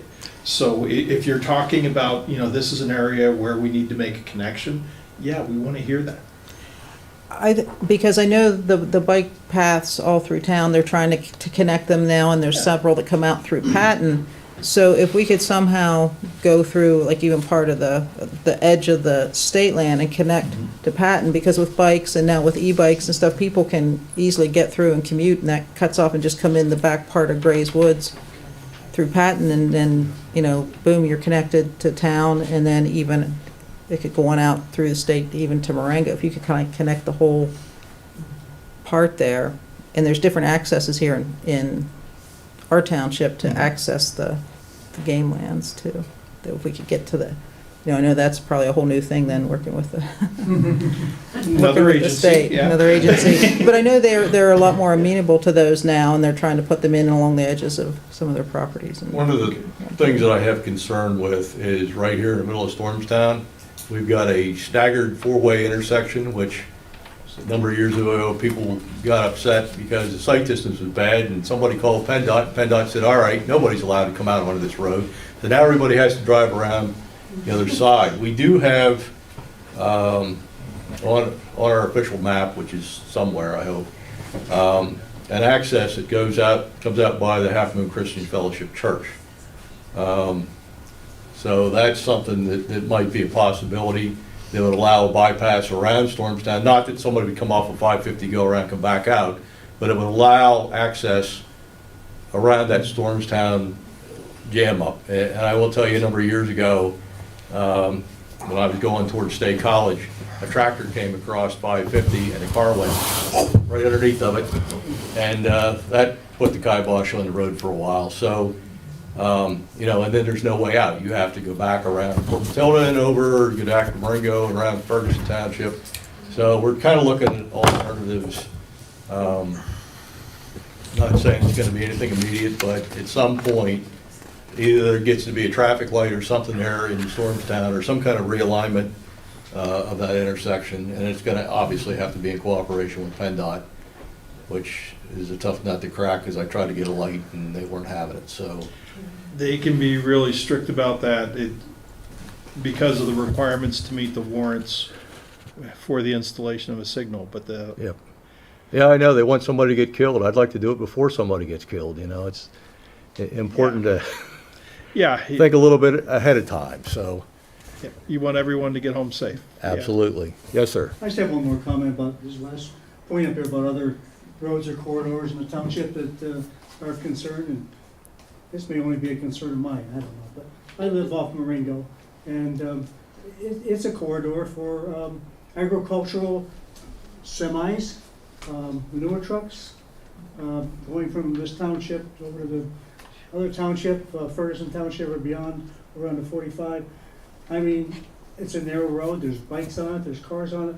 These are huge pieces of equipment, hauling manure, tires on them is 3 feet wide. They take up more than half the road easily. They're bigger than a tractor They're trailer bigger as far as than width And you goes. may see as many as 50 a day. Yeah, It's from sun up to sundown. I know it's definitely You know, increased. Air brakes, I can hear them when they hit Jordan's, and I hear them all the way till they have past Loveville. And, you know, I realize I live in a rural community, I don't mind following a tractor all the way through town, I don't have any problem with that, but, and I'm not really necessarily faulting them, I don't understand it, but by the same token, I just don't think Marengo is built to handle that. I think it puts a lot of deterioration on that road, and I don't think it's safe for cars or bicycles. If- Well, why couldn't they go down 350 and up 45? Because you're adding a significant amount of time. I mean, yeah, well, Yeah, true. and I think they're protected under right to farm. Yeah, I understand. And I know which farm you're talking about, Oh, yeah. they are a good farm. I will We've say had that discussion, Yeah, and they are. a and like I good say, farm. I Yeah, have no problem. Yeah, but I just think it's an unusual form, kind of. Well, it's something we can farming, certainly kind of look farming. into and But anyway, I'll leave it see at what- that. see what I think happens. it's dangerous. yeah. Yes, sir, in the back. You had up one of the slides there, emerging technologies. Are you gonna be working with townships much, or as far as upgrading roads that, you know, I don't know that Marengo and Smith are gonna be as happy with self-driving cars as we're gonna get off on, you know, the main roads with better markings. Is that something that is included? Take a look at that. I think Ms. Perkins might have a Questions? question. Yes, sorry, I have lots of questions tonight. I know a number of years ago, the township used to work to try to identify a property that needed to be cleaned up, or the landowner, was willing to have it cleaned up. Have they done any efforts like that, for cleanup day in recent years? I'm not sure, I just know that. Do you remember Don when we maybe- used to do that day? Yep, I remember, we do have one individual who's always difficult, but, Well, yeah, there was one below me who was yeah, difficult yeah, about cleaning I up. won't Yeah. name any names, but Because I think they've had good I know who it success with is. Yeah, it, generally, having yeah, An actual property got- identified. got some sinkholes cleaned out and a bunch of Yeah. stuff. And over they'll the years. even bring trucks to pick up things that need to, Mhm. Yep. that you set aside and whatever, so, Yeah, yeah. But, so, I mean, that's just. the a more thought. people we can get, we could have 2 sites here, we could have 3 sites, doesn't necessarily have to be, No, I just guess if one anybody site. knows of anything or sees any, I will tell you, I was appalled the other day, and I'll get right to you. I was coming in from heading towards the stadium, coming from Bellefonte on the bypass, and I have never seen so much trash laying alongside of Interstate 99 in my entire life. And it just looks like a garbage truck just exploded for miles. And I was just, I don't know, I guess whoever has that section of road will probably get onto it here later on this year. We've had an unusually warm winter, I guess, but, Yeah. yeah, if anybody knows of anything, please let the township know or go Let through the me know, website or let Gina or Lenore or Jenny Lynn know, and, So we can promote it, like absolutely. on the website there or whatever. But we're linked, right, Amy, on the website? We're linked on the website, if you get on the township website. I don't know if I put that on the website or not. Yes, Stormstone neighbors. But and if we stuff can like get that. people involved, I mean, we can have several sites. Yeah. It doesn't have to be just one. Question? One of the things that I wanted to say, the kind of thing you have is, if there are some properties and farms might be likely candidates, that you've got old equipment around, old plow shears, you know, that kind of stuff that is just piled up and nobody knows what to do with it, they will come and pick Mhm. that kind of stuff up. And I know a number of years ago, my mother had a roof replaced on the barn. And for some reason, she told them, oh, just leave the other stuff behind, don't take it away. Well, it laid there and, you know, piled up for forever. And then when Clearwater was clearing out some stuff, I mentioned that, and they said, oh, well, we'll take that on cleanup day. And so they actually sent in a long bed truck to pick up those long sheets of tin to haul them away. So if you've got that kind of stuff, they're willing to take care of that too. Thank you. So if you guys can, you know, let me know of some areas, or let, you know, Gina or Lenore, or, you know, even tell Amy. Amy knows how to reach me. And, you know, if we can get some areas identified here. Mine, but it's more on the township side of things. Okay. So, as I'm sure Ms. Well, Perkins anyway, I has appreciate probably a your pretty good support. idea where I'm speaking. We're staying this side of the Do you room. have another question? No. No, okay. I appreciate your spearheading this thing, so Thanks. Well, makes the township better. Well, that's what we want. We want people involved and make our township a better place. Okay. Discussion and possible action items. 2019 Western Star truck payoff. Brett is not here tonight, but it was in the plan to do that, so do I? I have that. Oh, you do have it, okay. So, the figure I have for the payoff is $28,517.30. All right, do I hear a motion to sign off on that? What was our interest rate on that? Is that the one that was 1.9? I have no idea. I've not been provided with that information. I'm not as knowledgeable Yeah, as we Brett. did have a loan that was 1.9. Do we want to reconsider this based on, Well, it was already budgeted to take care of it, so I was thinking we just pay it off and be done with it. Be one less burden we have hanging over our heads. And I know there's people out there that think we just take that money out of there and just dump it over in the fire company, but we can't do that because the budget's in place.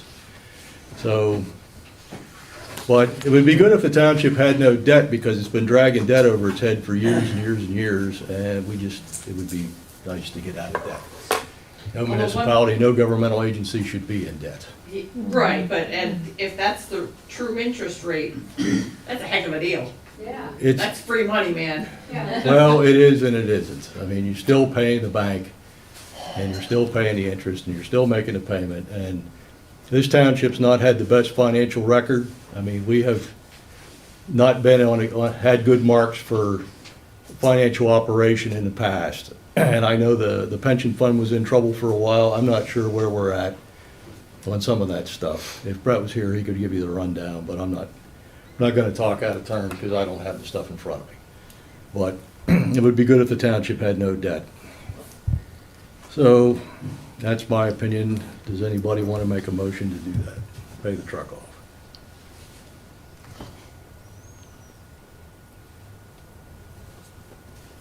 I'll make a motion to pay the truck off. All right, I have a motion to pay it off. Do I hear a second?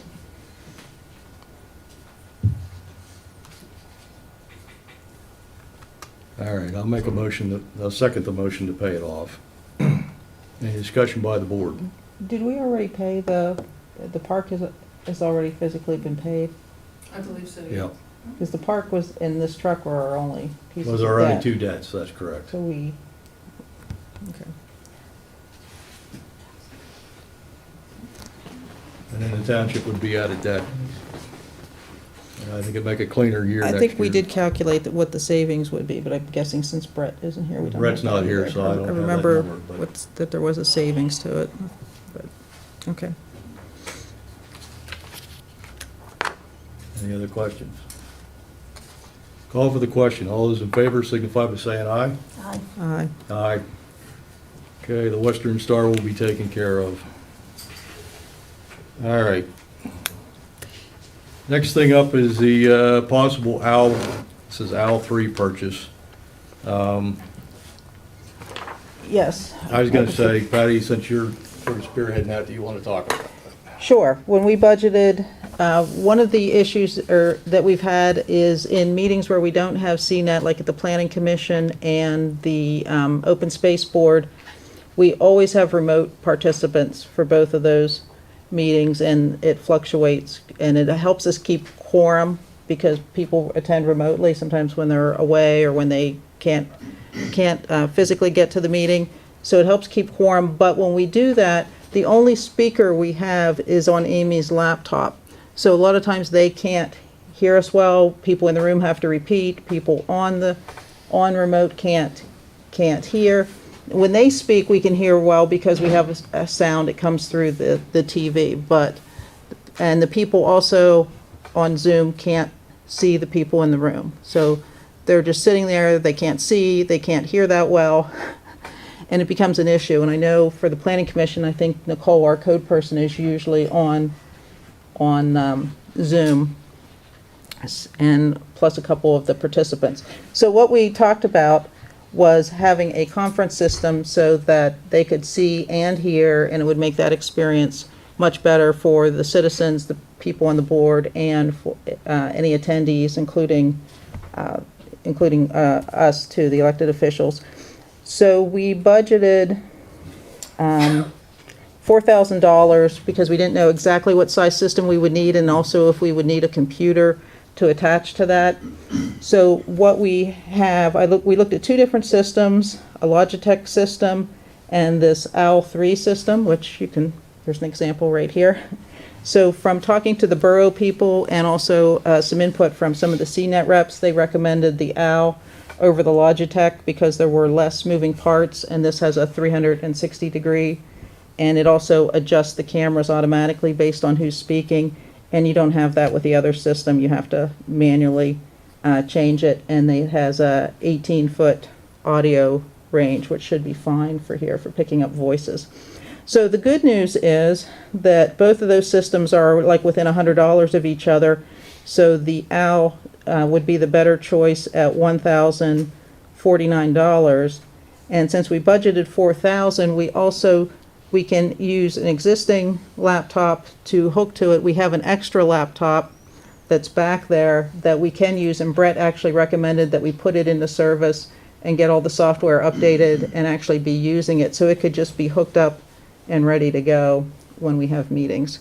So we wouldn't need the rest of that $4,000 then if we just spent the $1,049, and it would be used at least twice a month, possibly more. Like we could have used it for that hearing that we had when CNET wasn't here. So and I think it'll give people attending the meetings remotely, and it also impacts the people in the room too, because sometimes we have to all kind of bunch around, sit closer to the speaker, and we end up repeating things also sometimes. So does anybody have any questions regarding how that would work or the purpose? Yes. Is that in place of like Zoom? No, you still need Zoom. You need Zoom for the connection. That's just providing the camera, the visual, and the audio, picking up for this. Basically, it's a speaker and a camera. That one's CNET's. Yeah, that one's CNET's. Yeah, that's theirs, not ours, so. I know we talked about this. Yeah, because we have people volunteering on these boards, and I think to make it easier, less frustration, and also provide better for hearing and seeing is worth it, because they would be used regularly. Have you talked to people in the planning commission besides our zoning officer about it, how they feel about it? If they're okay with the OWL or not okay with the OWL, or? Some people don't like being on video. Well, it's for the people on there to see The Zoom people in the room, yeah. It's so they can see, because when you're on Zoom, people, the first thing they say, well, who all's in the room? Who's in the room? Who's talking now?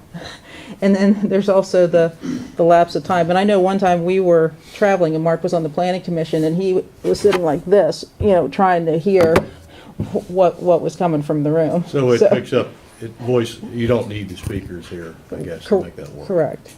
It has the speaker there. Is it being used right now? Is it connected to, do we have Zoom up?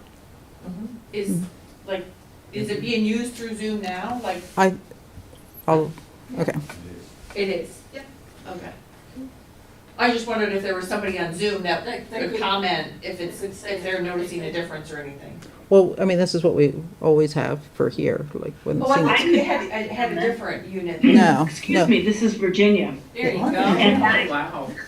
sorry, I'm remote, and I really appreciate the owl because I see the audience, I can see you, Tammy, I see Dave, I see Patty, I see a wide angle shot of the room, and I can also hear everybody. And I've been in a bunch of meetings where they're not using an owl and have experienced the frustration that Patty's talking about of not seeing the speaker, not knowing who's speaking, not, you know, I can't hear every word that's being said, and the owl is clear.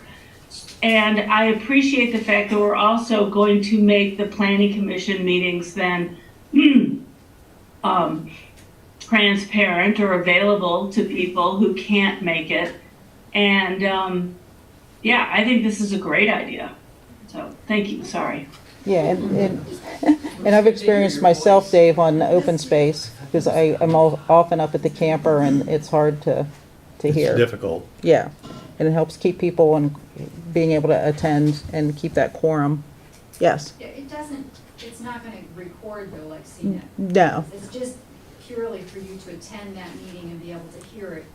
Well, better and see the people attending better. part is Zoom, but yeah, it allows you to hear and see. Oh, Yes, see everybody yes. that's here, okay. It's basically eyes and ears for a Zoom meeting. Which is here, yeah. Which, like I said, that's been a great feature and keeps us from canceling quite a few meetings from lack of quorum. So that thing there is gonna cost us, how much did you say? $1,049. Or $1,049. And we have Well, that's a lot less than 4,000. It's a lot less than 4,000, yes, that we budgeted for it. We weren't, Who said that?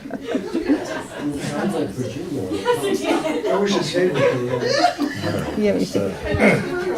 Yeah, and we can use the laptop that we currently have just sitting over there on the desk that's not being used to hook to it. And then this system could be used if we don't have CNET here. It could. But no, it doesn't provide, I mean, we don't have the streaming to YouTube, and we wouldn't have the recording capability, and we wouldn't have the live, but I mean, what it does is allow it allows better us to hearing. communicate with people on YouTube, or not YouTube, but on Zoom.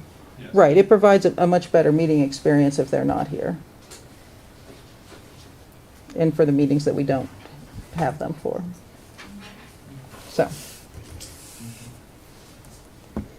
What was that? yes. And does anybody have any other questions? And like I said, and this money was budgeted and Yep. and agreed upon at budgeting time. I remember the discussion with this, and I believe part of the discussion was that in order, again, to cut some costs, if our work meetings were not on CNET, that we would use this system. No, that was not part of the discussion. This was just to provide a better experience for like the planning commission and the open space board. It didn't have anything to do with eventually cutting out CNET. Do we get a lot of, I mean, I haven't been to the open space board. Do we get a lot of people that you know, the members zooming in, or is it Reed citizens? and Ron Hoover are pretty much always zoomed in. I'm always zoomed in the summer. And, No, I know you travel quite a bit. yeah. But I And didn't Chris know. has been on there a couple times. Yeah, I know. If you try to get a hold of her this week, she'd Yeah. be on that. I don't know what everybody's feelings are. I don't have a problem with $1,000. I think it's okay. It's not a recording device, it's just an amplifying device to allow communication, or improve communication. especially if we have members calling in. But, Okay. Do we need to, well, we need to make a motion, Because but we- since we I budgeted- believe that we're gonna need to have a 3-0 to approve it. why, we didn't with anything else tonight? Well, we all voted for the same thing, everything we voted. I'm confused. Well, a quorum of our supervisors, majority of the quorum is, in this case, would be 2-1. I don't know what Roseanne's position is, but it doesn't sound like she's thrilled about it. Come on, Roseanne. Well, it wasn't just the last meeting we were at, we approved a non-budgeted $3,000 security system Well, for one. we had some good citizen come out there and bust our cabinet Yeah, out but there. that's just something that happens intermittently. We haven't had an ongoing problem, and Yep. this is something we're gonna be using regularly. Yep. I don't have an issue And it wasn't with budgeted. Okay, well, I move that we purchase the OWL for better meetings and at $1,049 to improve our quality. Do I hear a second? I will second that for discussion. Okay. Discussion by the board. I guess if it's here, it can be used as needed. Well, that's what I figure. If it was a different kind of a thing, if it wasn't able to allow our members of our planning commission and open space board to call in, I wouldn't be for it. But because it is something that enables our elected and appointed officials to communicate when they're not here, I think it's a good thing. And the other thing too, say, Ron's out of town and he wants to call in, and then he can at least see what's going on in the room and understand it. And it's not, I guess they work pretty good. Has CNET had pretty good luck with those, or you had any trouble with them? Nope, they're easy. Easy to do, okay. Well, easy is what we need, because we are not, now I won't speak for Amy, a Brett's a tech person, but.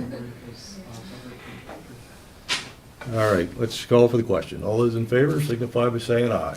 Aye. Aye. Okay, thank you. Next up, lawn mowing job description. Chuck? Okay, so Brett did a fantastic job of typing up a job description for this, but I'll just kind of summarize since it's late. This would just be more of a park maintenance position.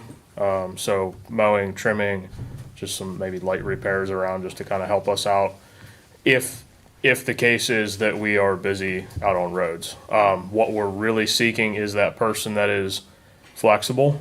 That way, if you are paying 2 full-time road crew members and we are not out on the roads, we can be, taking care of park facilities. So, like I said, this is really tailored to that maybe older retiree that, like I said, has a very flexible schedule that is willing to come in and help us out as needed, but is also willing to say, hey, I enjoy my time off, you guys are paid full time, go take care of services. So that is what we're looking at.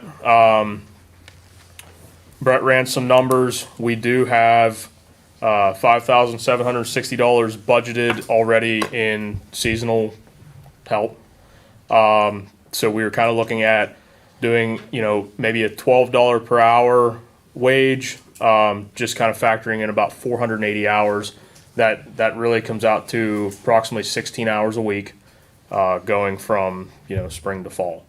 There again, because of trying to tailor this job to that, like I said, maybe an older retired person, that kind of keeps, if they have issues with Social Security requirements, things like that, it kind of tends to maybe help them and get them out of the house and helps us as well. So, that's what we're looking at for that position.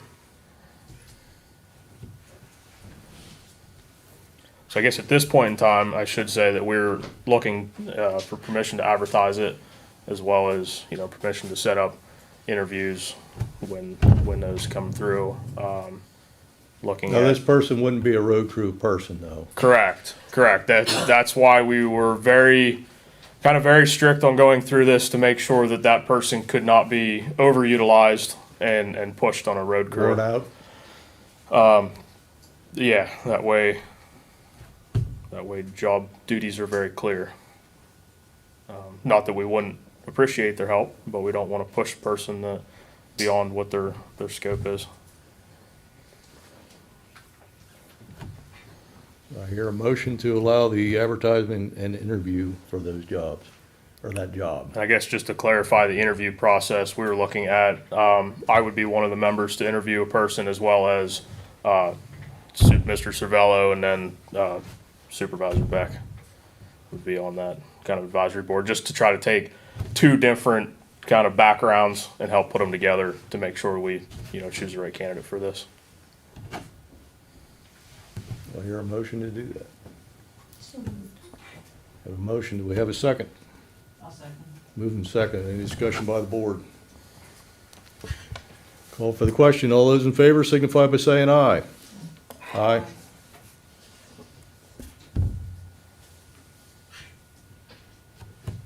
Patty, did you say aye or not? I did. Okay, sorry.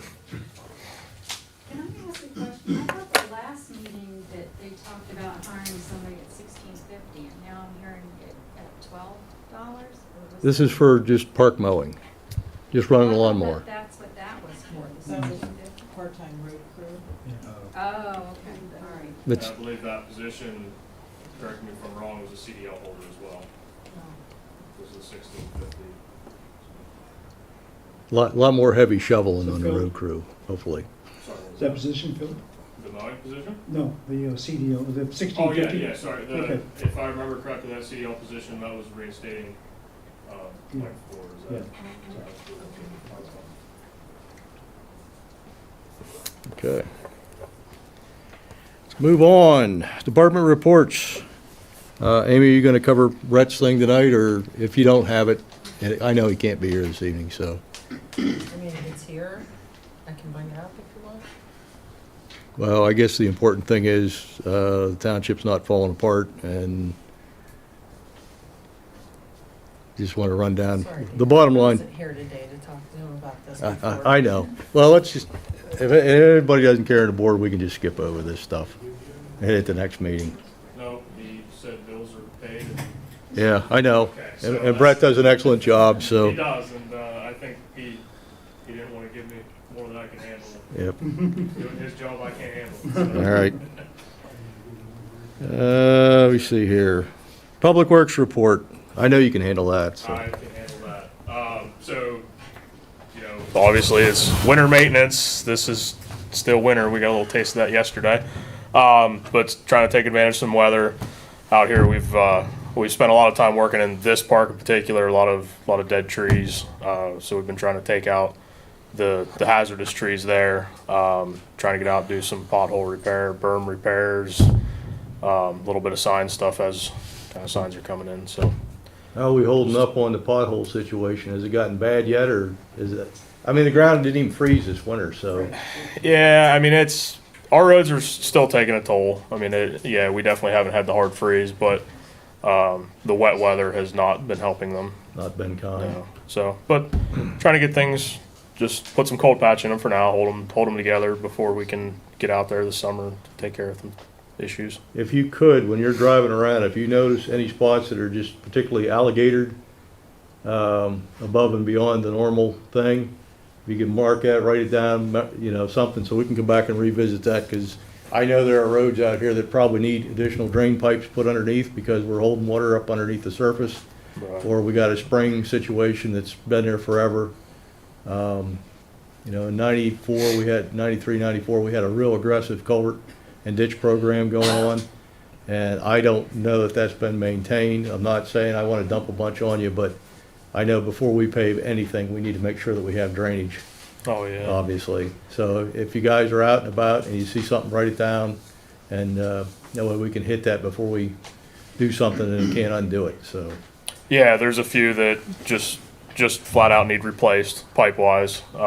There's a large number of them that need cleaned, which we've been working with the fire company and using their trucks to help clean out a couple of these pipes and have a very long list to do. I suppose we could pay the fire company for blasting out pipes, couldn't we? Well, we've That could help them and help us. We've paid for that before as well. Yep. The nozzle that we use is, from what I've been told, was pretty expensive, and it's strictly for cleaning pipes. All right, well, I know you know somebody on the fire company, let's talk about that. and Yeah. See if we can make an equitable donation and, the board can compensate appropriately for highway work.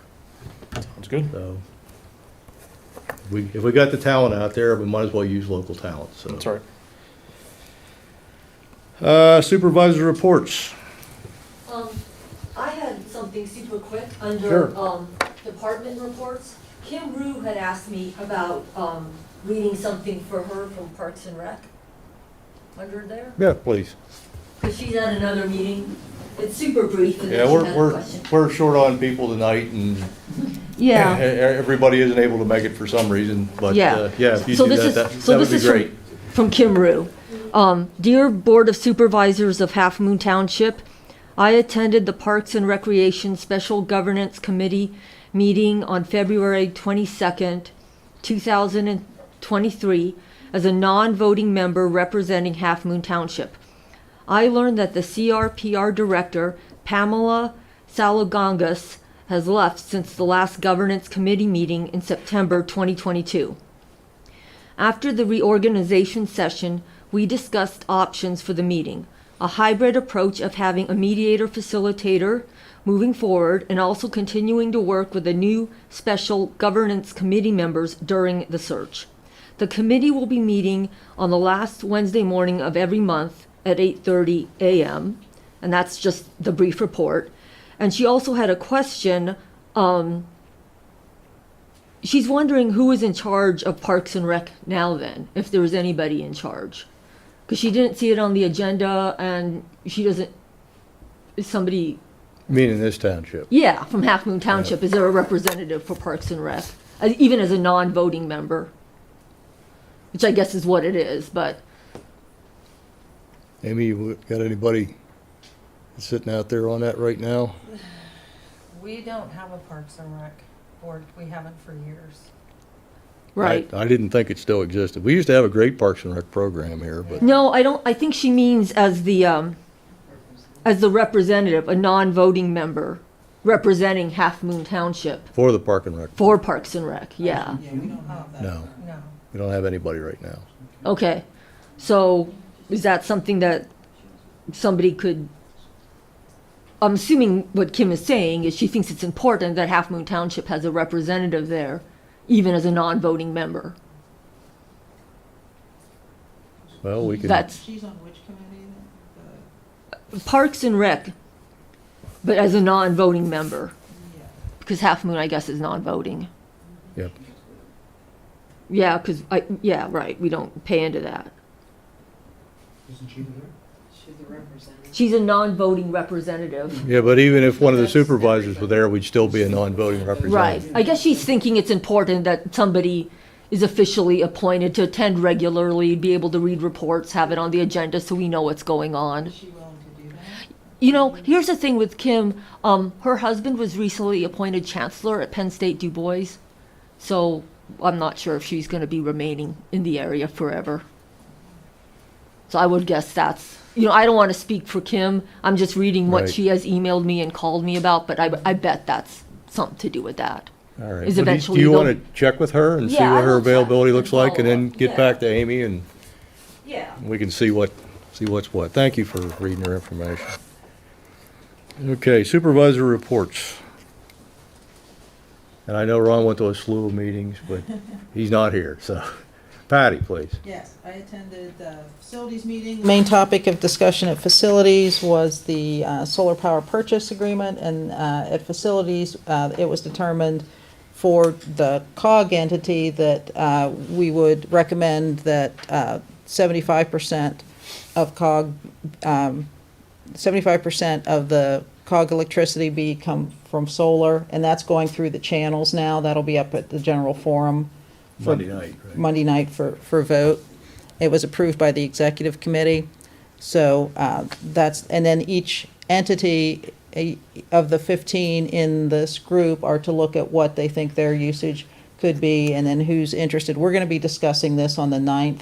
I'm in the process of putting the final figures together and getting some scenarios and what the cost savings and things would be and what the risk would be. So we will be talking about this more on the 9th. Okay. And I've been getting our When do we usage have to numbers. vote to take action with the COG? If we know that we are interested, it would be good to note that on the 9th, and then we would have to figure out what percentage of our power we would want. But we wouldn't be locked in. We need to tell them, I think, by the end of March, but we wouldn't be locked in really until we get to the point where we're signing the Okay, and contracts. we'll know what But if our we know- electricity is supposed to cost, I guess. Right, All right. Well, I guess we got some numbers to crunch. yes. Thank you for reviewing that and covering that. Can I ask a Yes. question? Sure. So that would include this building, the maintenance building? We actually- Does it include the lights in town? Yes, it would include our electric is the Stormstown, the blinking lights, which I think are there at Both sides IRA. of town there. Yeah, on both sides of town. This admin office, Autumn Meadow Park, the maintenance building, and the baseball field lighting and the street lights. And last year, our budgeted amount, or not our budgeted amount, our actuals on all those bills were $6,493. And we have budgeted this year total $6,010.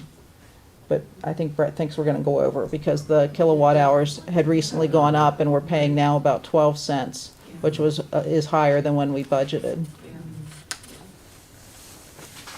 Because we're small enough that we haven't been able to negotiate like any kind of contracts and stuff. So this would put us in with a bigger group where, in addition to what solar power, even the percentage of normal that we use would be negotiated and would be down less definitely than the 12 cents. So that's what we're working on the numbers. And Patty, how long Yes. does that last?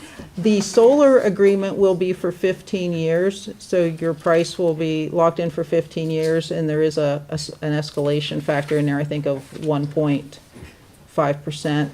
But then the traditional electricity will be negotiated also as the overall group, but those contracts will vary usually 3 to 5 years. But the good thing is we will continually be part of that larger group negotiating that, so we could get that portion down also.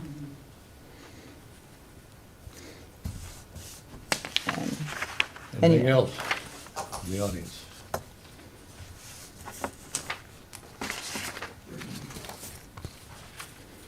So you're gonna have contract outlines and stuff on the 9th, I guess? No, probably not contract outlines, just like the scenarios, just enough information for us to make a decision if we want to keep pursuing towards Okay. that contract and what we think a good percentage of use for solar and combination with traditional would be. We'll have to get our crystal ball out and see what the future's gonna be. Right. Well, they do have some projections back, so you can kind of make some guesses of what. My guess is the price of electricity will keep going up. Well, it does this over, but Yeah. but it, Overall yeah, trending, it trends up, yeah. And I'll get some of those graphs for you. All right, well, as long as we're getting a good deal, I'm all for it. Okay, Roseanne, anything for reports?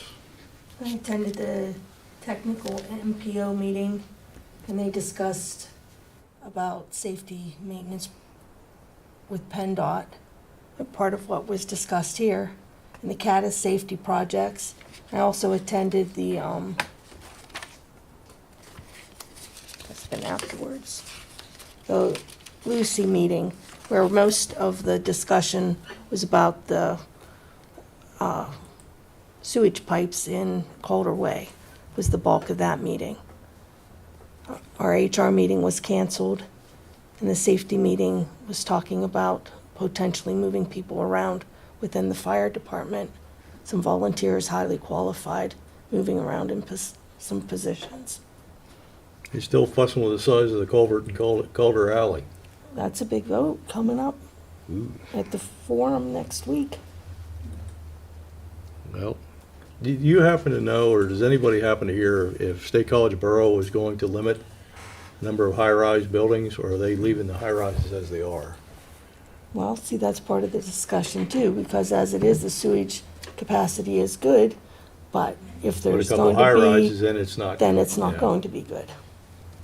I know they're also having issues with the space not being adequately filled and rented underneath those, the stores. commercial retail things. So I believe they are gonna revisit, but I don't know what to what degree. I don't know where it's going to or how soon.